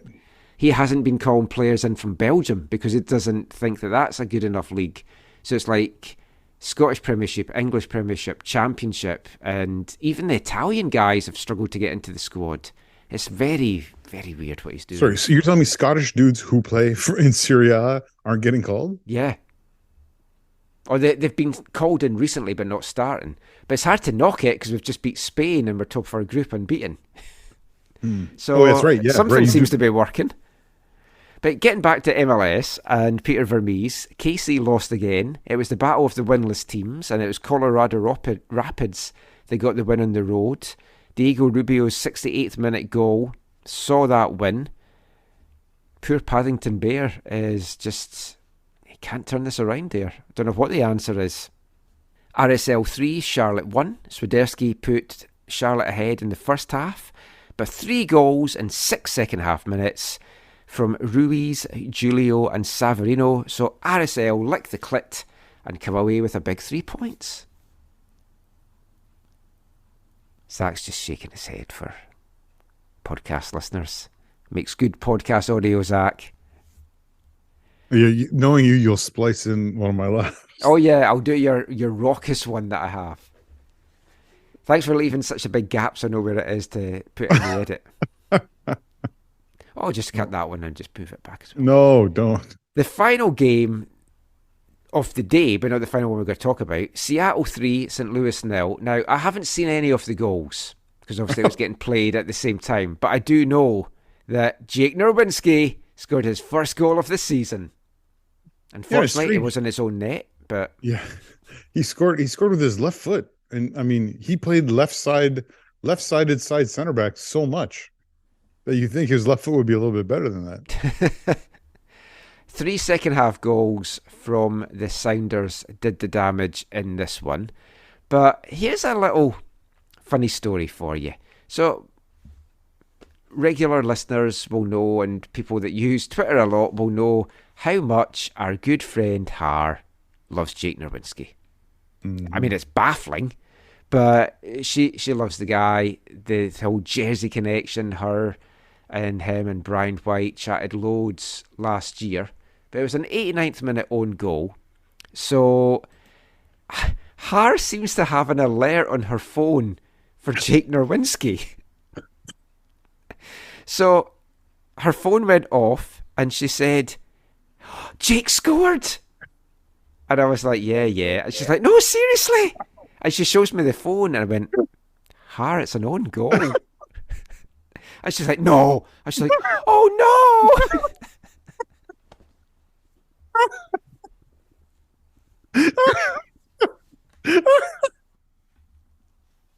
I thought you'd appreciate that. Oh, I do enjoy that. Hey, speaking of Flanders, hey, you'll never guess who opened the scoring. I haven't actually seen that. Let me dig that up. Oh, just guess. Was it Freddie Montero? No. Oh. I've looked now. Atencio! No, am I looking at the wrong thing? Well, it says Atencio. Maybe it was the second goal then. Oh yeah, it was Rui the second Diaz. Got the second. Raul Rui Diaz. Would you have him here? Who would want that guy on their team? We've got a few episodes without you saying that. Yeah. It was a weak goal from him. The first one was a big goal. I maybe should have saved that game to the end so we finished this part on a high, because sadly we're not going to finish on a high, and we're going to come back to the other game featuring a Western team, and it was New York Red Bulls 1, San Jose Earthquakes 1. Christian Espinoza fired San Jose ahead with a nice finish in the 80th minute. They were looking for their first ever win in New York, but it was denied by Tom Barlow, who scored in the 107th minute, 17th minute of the 21 minutes of stoppage time that was added on. And sadly, the goals are not what everyone's now talking about from this game. And it is going to be one of the big talking points from the weekend. And obviously it's going to be a very fluid situation. So we are recording this right after the Whitecaps game. So we've got things that may have come out that we might not have seen. But basically, there was an incident in the 54th minute. Judson got a booking. If you watch the highlights, it then cuts to the 79th minute, and you would have no idea what had happened because MLS have cut everything out. But then there was the 21 minutes added. Yes. And folk would be watching those highlights going, oh, I wonder what happened to get the 21 minutes if they didn't know. But in short, I'm not making any light of this at all. It turned out after the game that Jeremy Ebobisi was apparently the victim of racist abuse during the game. No, he says it wasn't said towards him. Well, that is what the player is saying afterwards, saying, I didn't direct it to any of you guys.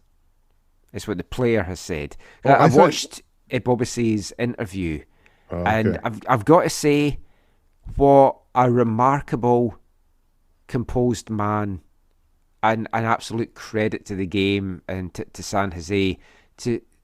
I mean, he's going to be in a bit of shock still, but he just spoke so articulately and calmly about what had happened, whilst clearly raging about what had happened. And I mean, it baffles me that this still exists in the game. Even more so when you know how many cameras and everything's about and microphones and stuff. Now, the player that has been mentioned that has been involved, allegedly, we will say, is Belgian forward for Red Bulls, Dante Van Zier. And there was a video review to see if they could see that he had said these words. And it was a long stoppage while they tried to find it, and they couldn't initially find any proof. So I think they booked him, and the game continued. It then transpired after the game, Luchi Gonzalez said that he had gone to New York coach Gerhard Struber and said, if that was my player, I would be taking him off the pitch. He should not be continuing. And Struber refused and played him on. Now, whether he doesn't believe that his player said that or what, I don't know. But it's just a horrible situation. And this comes in a week which, I don't know if you saw this, Zach. We didn't have a chance to chat about this beforehand. Did you see what happened to Theo Bair in Scotland? No. So after the midweek game for St Johnstone, Theo's coming off the pitch, and a home fan directed racial abuse at him. Now, the fan was quickly identified and has been banned for life by St Johnstone. And in the 17th minute today, the St Johnstone supporters had a big anti-racism banner for Theo, which was a lovely touch. And he tweeted out how much he appreciated that. But, I mean, this has happened in Scotland on and off. And it's got a lot better there. And there's more and more players of colour playing in Scotland now. And we spoke to a guy that used to play for East Fife, Nathan Austin, Fash is his name. And we spoke to him about what abuse he's had. And he said, when I was younger, I used to get it all the time. But as I get into the adult game, he felt it's kind of almost been eradicated in Scotland. And you kind of think it has been here, and then something like this crops up every now and again. Now, we will say the player is denying that he directed it at anyone. Didn't seem to deny that he said it from what Ibobisi said, but more stuff's going to come. MLS have issued a statement, Red Bulls have issued a statement. But yeah, as we've had discussions before about things like this, right? It doesn't necessarily matter what your intentions are when you say something. Yeah. Right? It's what you say that matters. Yeah. And how that is or can be interpreted by people. The tough thing, though, in cases like this is proving it, because if it hasn't been picked up on any camera or microphone, it's just one word against the other. So there might be nothing that comes off this. Yeah. But it's just so sad in this day and age. I just don't get it. And when I'd been told there was an incident, and it was because of language that was against MLS policy, was the first thing that I saw, because it was an MLS tweet about it. And I immediately thought, it's going to be a homophobic slur, because that does seem to exist a lot more in the game now than the racial stuff. I'm not for any minute saying that they're separate things or that one carries more weight than the other. Both are completely unacceptable. But it does seem to be more common, that kind of abuse in the game, sadly. But then when you find out it's racial stuff, it's just, I'm like, wow, just crazy. So we'll see what comes of that. It's going to be a very fluid situation, but it's one of those things you hope they can find proof. So it's not just hanging. So there's resolution, Yeah. Or proof that he didn't see it. Yeah. And it was just misheard. Because that would be the thing as well. If he didn't see it, and it was misheard, but Jeremy is pretty adamant he knows what he heard. Yeah. And San Jose considered walking off the pitch. Yeah. And Jeremy had said to them, no, I want us to continue. And then they took the lead, and you see the celebrations. They're putting their fingers up to their lips. And then, heartbreakingly, in all this time that was added on for this incident, the Red Bulls then get the equaliser. Yeah. It was like the 107th minute or something. Yeah. The latest goal in MLS regular season history. Yeah. I know. Yeah. Yeah. But the standings in the West, just to round this off on a more positive note, because the Whitecaps are in the playoff positions. LAFC unbeaten in the West, but Seattle, that are leading the way with 16 points from their 7 games. Has the wheels come off St. Louis? 15 from 7. At least they've got those points on the board early. LAFC third and 14 from 6. And then it's Dallas, Minnesota, San Jose all on 11. Houston on 9. Whitecaps on 9. Austin on 7. Below the playoff line, Salt Lake on 6. Colorado on 6. Portland on 5. LA and Kansas City on 3. In the East, Cincinnati are out on top. Did TFC play today, actually? I didn't see if they played or if they had a bye week. Goalless draw with Nashville. I did see, though, that Montreal did better than last week, but they got spanked 4-0. And, talking of coaches, that coach could be on a sugly peg. You've got to think that change could be coming quick in Montreal. Yeah, Joey Saputo doesn't suffer fools long, and there's no way that this guy lasts the year. No, I mean, he struggled at DC, he's struggling there. I mean, by all accounts, I haven't followed his career in Europe, but he was a good coach in Europe. Sometimes you go to a league and the league's just not for you. So, we'll see. But that is our MLS roundup. That is not it for the show. We've got one more part to come, and we're going to be turning our attention to WFC2 in the next part, and we'll be back with that after this. Hi, I'm Ricardo Clark. You're listening to the AFTN Soccer Show.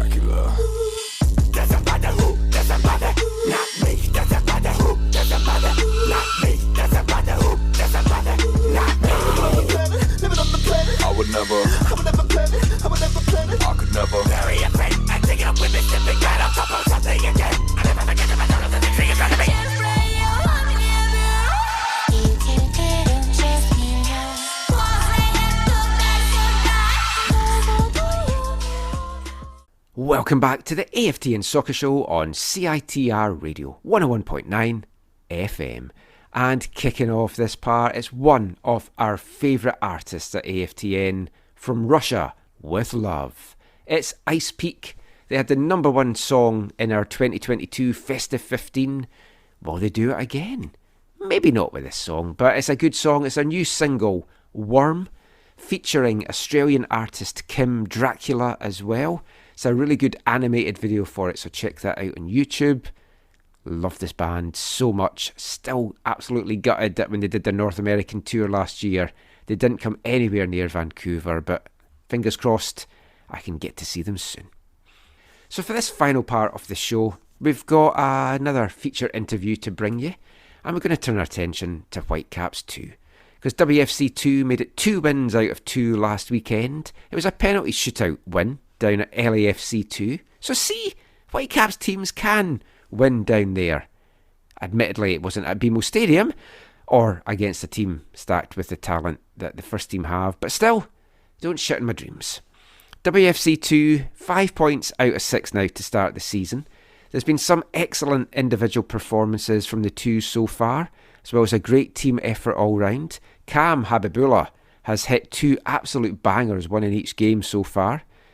Several new additions in the squad this season. We spoke to a new but familiar face a couple of episodes ago in Whitecaps Academy alumni Gloria Amanda, and he's one of several attackers keen to impress this season, like Habibullah, draft pick Levante Johnson, former York United player Lyle Wright, and former Atletico Ottawa player Antoine Coupland. Now, Coupland has started both of the Caps matches so far, scored the winner against Timbers 2 in the team's season opener. He's looked impressive, hungry to show what he can do. The 19-year-old has been a top Canadian prospect for a while now. Made his pro debut as a 15-year-old with Ottawa Fury in 2019 in the USL Championship. Played 2 seasons with Atletico Ottawa in the CPL in the COVID-shortened 2020 season, and then in 2021 as well. He's had training stints with and interest from clubs in Germany, Portugal, England, and here in Canada. Montreal wanted to take him into their academy at one point. He signed with Croatian First Division side Rijeka in February last year, but came back home to Canada a year later. Joined the Whitecaps 2. Initially, it was rumoured that he was going to be coming back as a loan signing, but it was an actual signing in the end from the Whitecaps. A very exciting prospect, very interesting journey to the Whitecaps as well. So I sat down with him on Friday afternoon just for a chat about all of that. So go stick the kettle on again, grab another biscuit of choice, or maybe an Easter egg if you've got that already, and sit back and enjoy a chat with Antoine Coupland.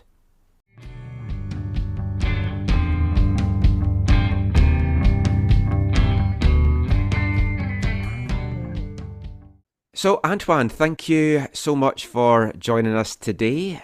How's life for you in Vancouver so far? Life's been pretty good, honestly. It's like I was in Croatia before, so it's like from one coast to another coast. I'm liking the city so far. I mean, the facilities are amazing from day one. The guys welcome me, the coaching staff, everyone's been inclusive.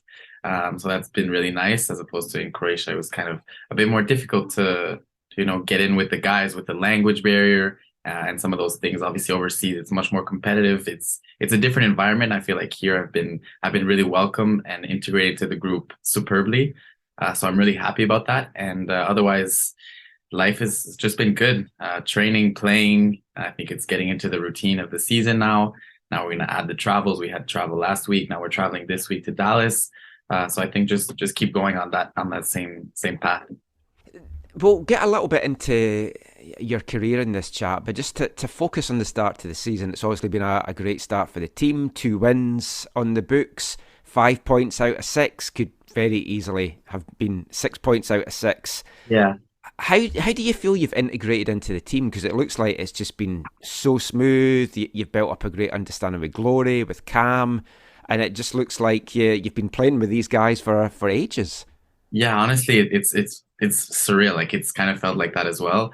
It's funny you mention it because I think where we really click is like on the field, but as well off the field. I think with a lot of guys, I have that connection. There's some guys who are a little bit younger, same age as me. There's guys who are a bit older. And I think being in professional environments and different environments that I've been through my young career, I think that's helped me a lot integrate the group and, being with the guys.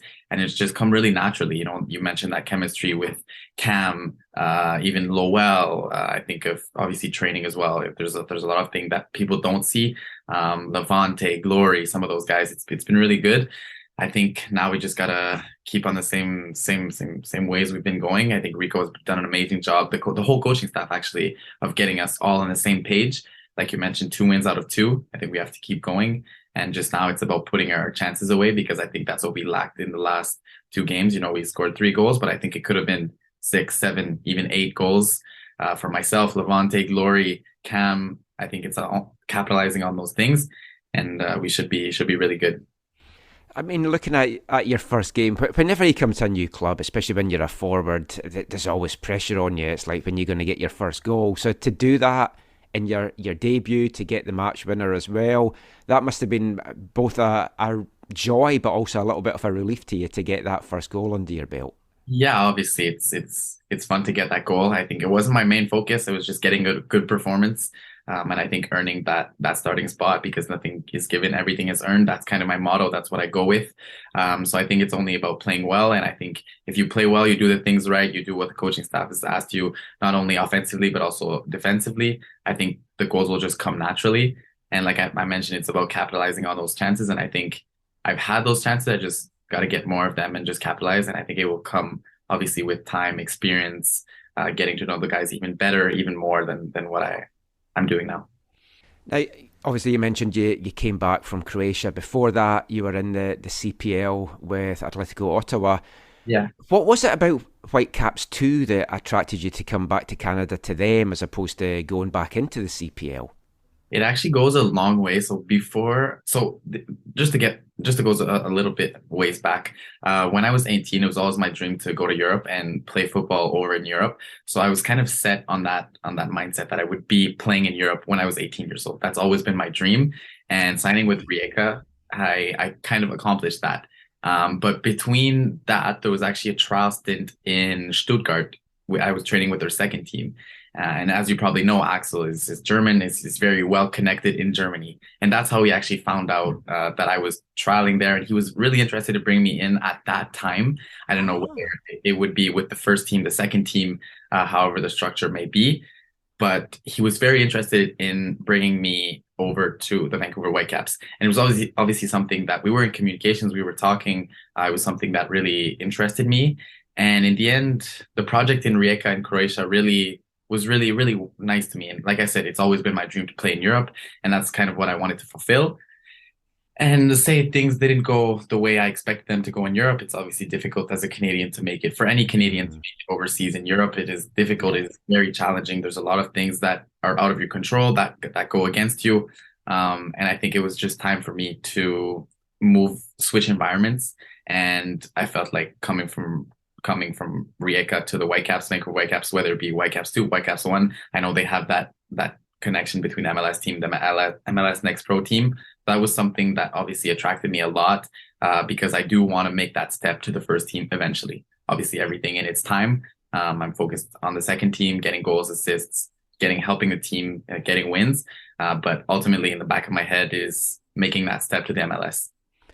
And the pathway is certainly there at this club. I mean, we saw it last year. One thing the club does very well is that they integrate twos, and they get these call-ups that you can now have 4 call-ups over a season, as you know. And then when you see how well Ali and Simon did, they proved themselves in the twos. Now they're doing it in the first team. When you see stories like that and successes like that, does that just inspire you and make you feel I've definitely made the right decision coming here? It does. And I wanted to mention that as well, as like amazing shout out to Ali and Simon, Ali and Simon to, make that pathway even easier for us players now in the second team, because I think the first team really sees the impact and the potential that is within that second team. And Ali and Simon performing at the highest level at the MLS in the Champions League. You see them getting goals, starts, minutes, and not only minutes, impactful minutes. They're having impact every time they come in. Obviously, I've been following them a lot. I've gotten to know them a bit more. And I think they've made that transition and that pathway so much easier. And I think now people are looking into the second team even more than they did before. So I think that definitely makes me feel better about my choice to coming to Whitecaps too.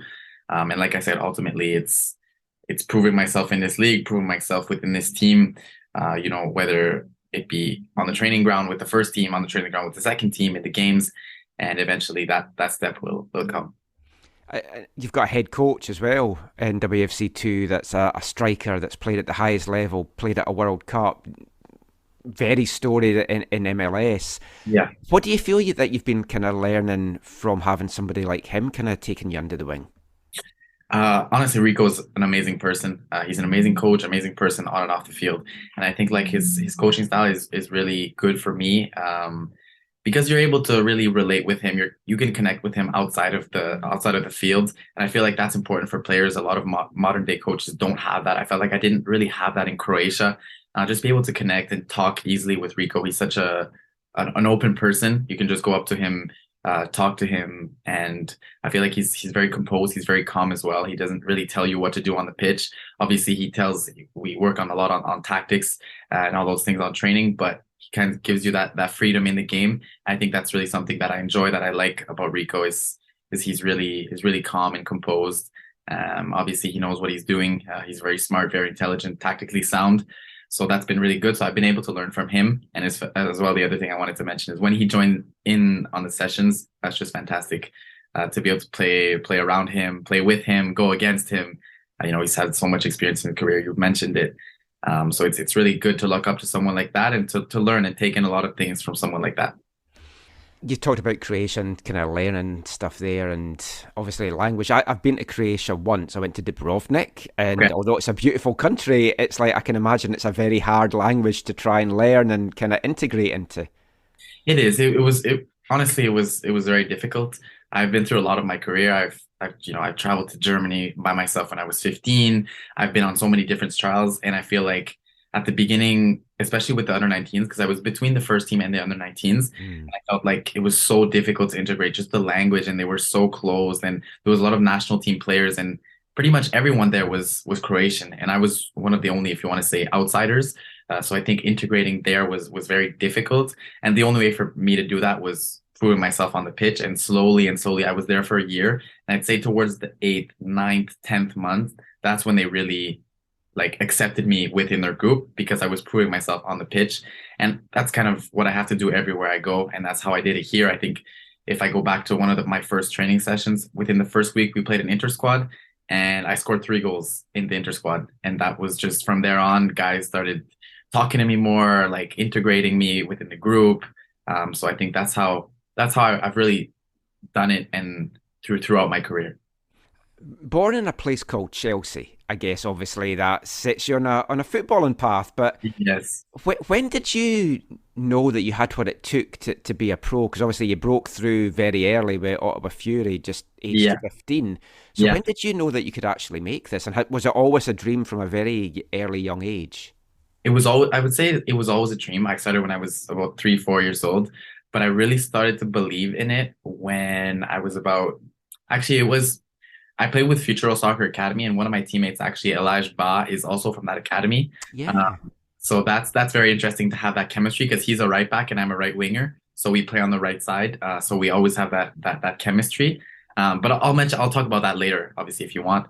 Yeah. If you've got time, I'll happily talk to you about stuff. Surely. So I think the moment I started realizing is when we went on an English Premier League trip. And we played against 5 academies, I think Southampton, Leicester, Swansea, Cardiff, and another one. I think it was Bristol. And in that tournament, or friendly games, however you want to call it, I was really tearing it up. I scored, I think, 5 goals, 5 assists, 10 points in 5 games. And I was doing incredibly well for myself. And that's when I really started to believe, like, this is the environment. This is what it is being a pro in Europe, or at least an academy pro in Europe. And then I kind of realized that's what I want to do with my life. That's where I want to go. That's my career path. That's my career choice.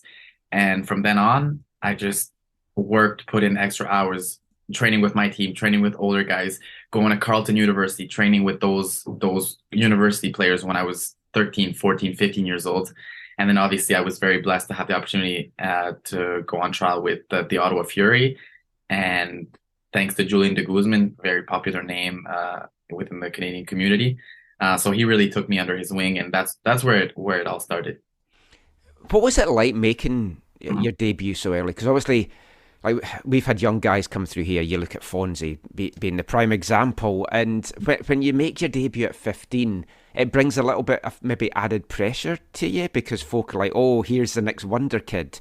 Like, we've seen it so much in Scotland. Like, Ryan Gauld got that when he was coming through the ranks in Scotland. Did you feel that pressure, or did you have a proper moment to take it all in as to what you were doing? Honestly, it kind of felt surreal throughout that first year.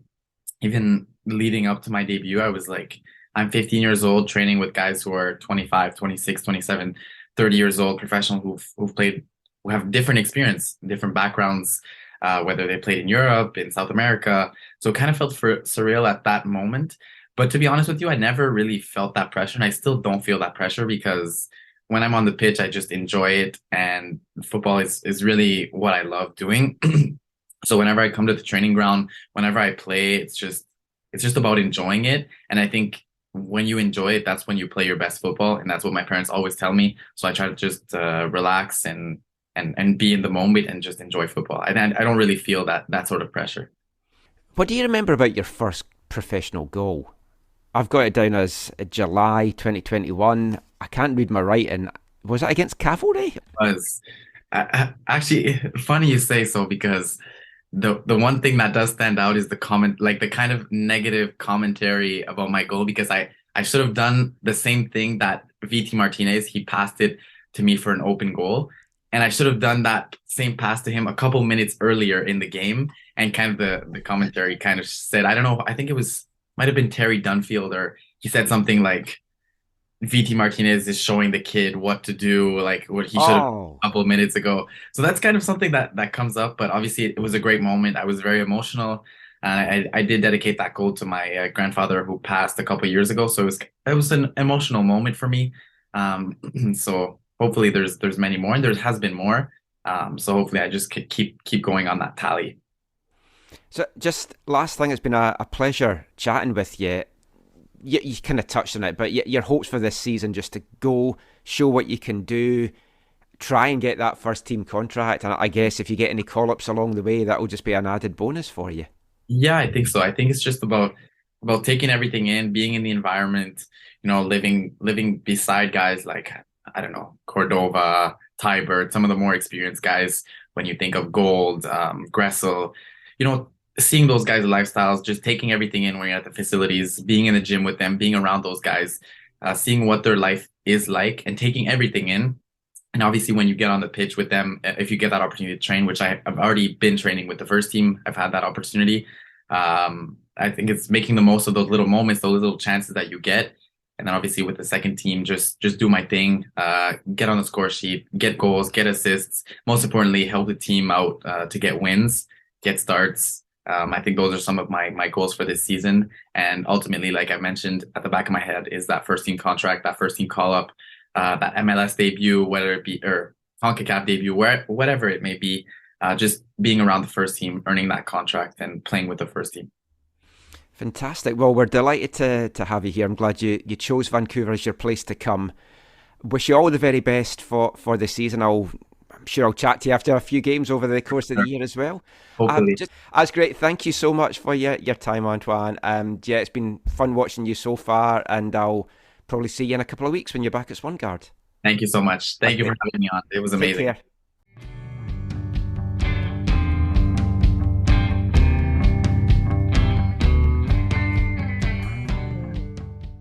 Antoine Coupland there, doing the dangerous thing. Nathan clearly hadn't briefed him properly when he's doing an interview with me. Don't say, "Oh yeah, I've got all the time in the world. Do you want me to expand on that?" But I'd like to pick his brains a lot more, because he has had a very interesting journey. Yeah. It's a guy that had interest at a young age, and he could have gone to Montreal's academy but didn't want to leave home. He felt he was too young to go and do that and be in that academy system. So then came through Ottawa Fury in his hometown and had a chance to go to Sheffield United in trials and stuff, but again chose to not. So he's made good decisions. I think he's been highly touted for a while. And I think he is one of these guys, and it's early days, I know, but I think the Whitecaps like the look of him. I've really liked what I've seen. The way that he's linking up with Cam Habibullah is excellent. And you've got him and Glory kind of pushing themselves, and he could be one of the breakout guys that could have this MLS deal. Fully expect him to get an MLS call-up. Even maybe get a little nod for this Champions League game on Tuesday on the bench. If they do want to call a few of the WFC2 guys up, him and Glory could be two guys that I could see that they could maybe do that with. Does that count towards their 4 call-ups and 2 appearances? Yeah, sadly. Oh yeah, I hope for his sake that it does. Then he doesn't, because I'd also like to see Cam get a little shout out as well, because he's got his MLS deal. Because he's earned it from his 2 performances with WFC2 so far. Yeah, Cam, I think honestly needs to prove it over the long haul, because Cam's shown great things. There's been great excitement around him and some of his abilities. However, last year when he was at Pacific, he was not able to show any level of consistency that would prove that he's worth the Whitecaps first team, and from my understanding anyways. So, and even from the what I did get to see of him play was not, he just wasn't good enough for long enough periods of time to have a place in an MLS roster. He's come back into the Whitecaps fold with a little bit of, not a chip on his shoulder, but feeling he's got a point to prove.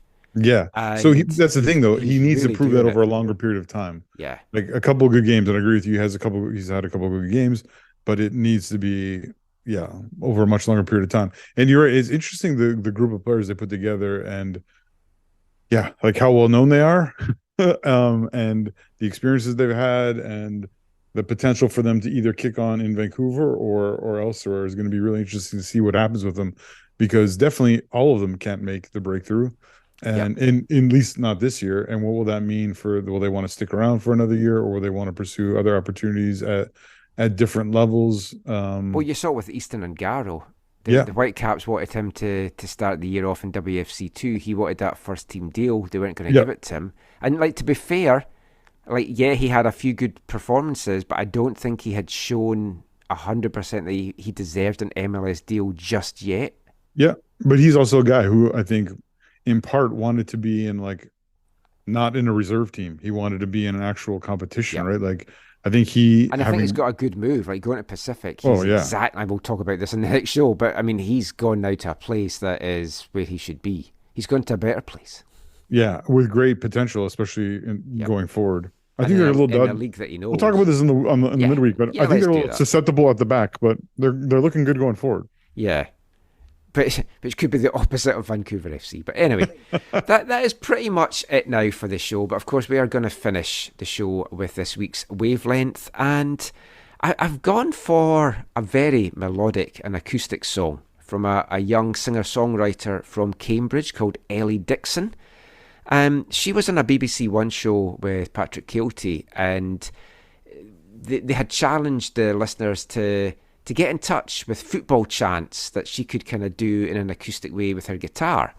So some Celtic fans had got in touch and they wanted her to do a version of the song that they do for their Portuguese player Jota, who I don't know if you're totally familiar with Jota or not. Yeah.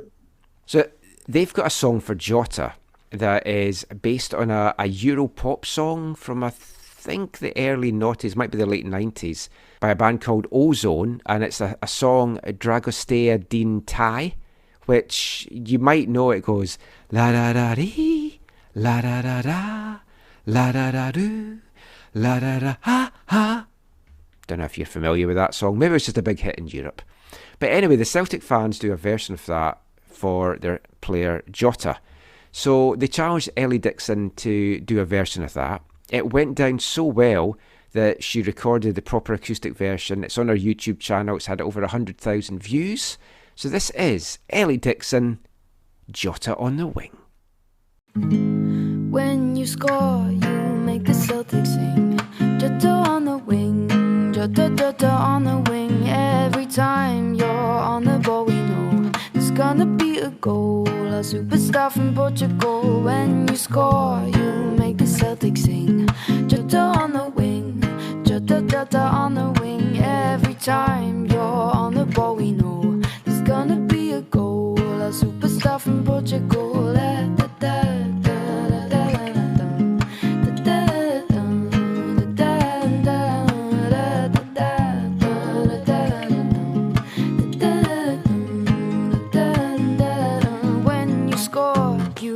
Celtics sing. Jota on the wing, Jota, Jota on the wing. Every time you're on the ball, we know there's gonna be a goal. Our superstar. When you score, you make the Celtics sing. Jota on the wing, Jota, Jota on the wing. Every time you're on the ball, we know there's gonna be a goal. Our superstar from Portugal. La da da da da da da da. La da da.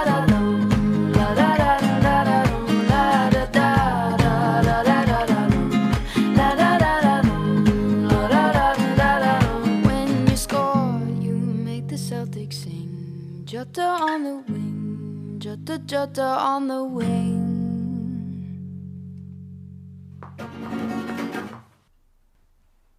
Absolutely fantastic stuff there from Ellie Dixon, Jota on the wing. I guarantee that song is going to be stuck in your head all week. I have been singing it a lot since I heard it a couple of weeks back. My wife, who doesn't like football, has found herself singing it at work and hates me for it. It's just one of those really catchy songs.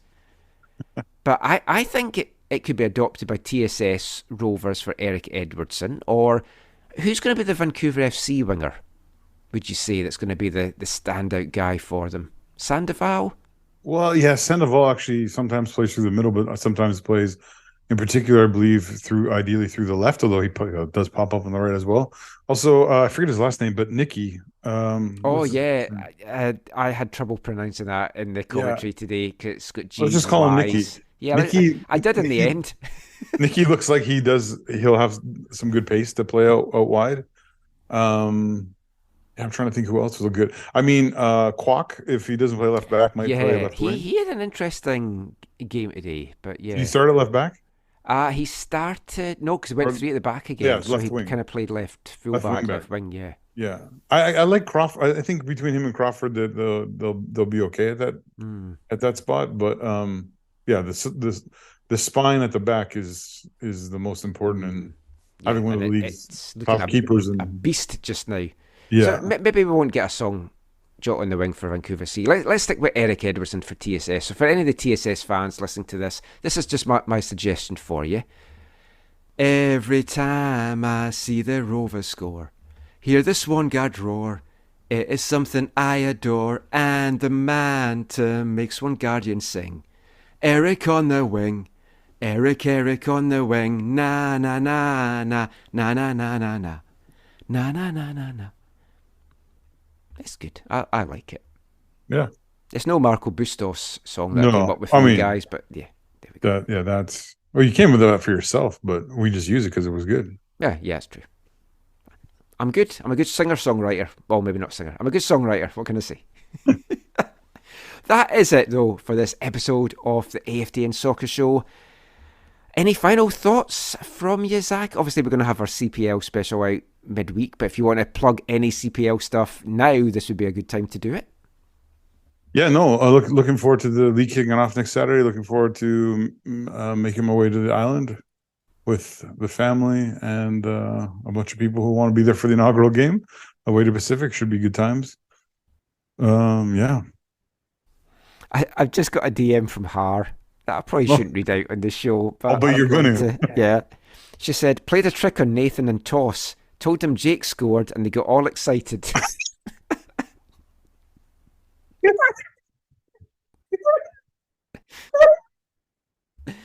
I told her to say to Brian, hey, it's a good day for the Jersey boys. You both scored for Cascadian teams.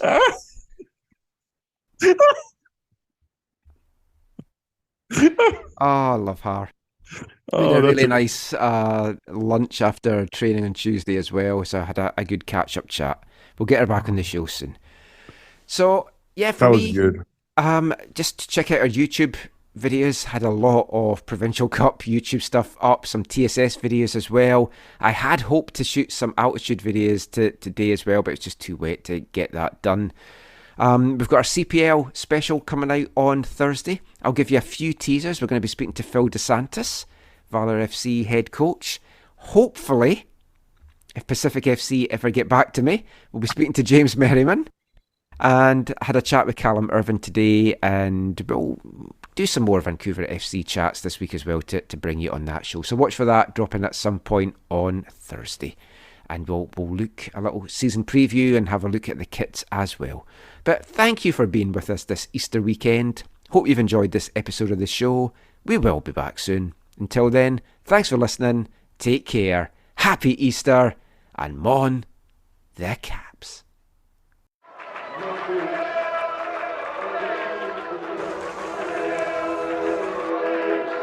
Going to your first match is an experience you never forget.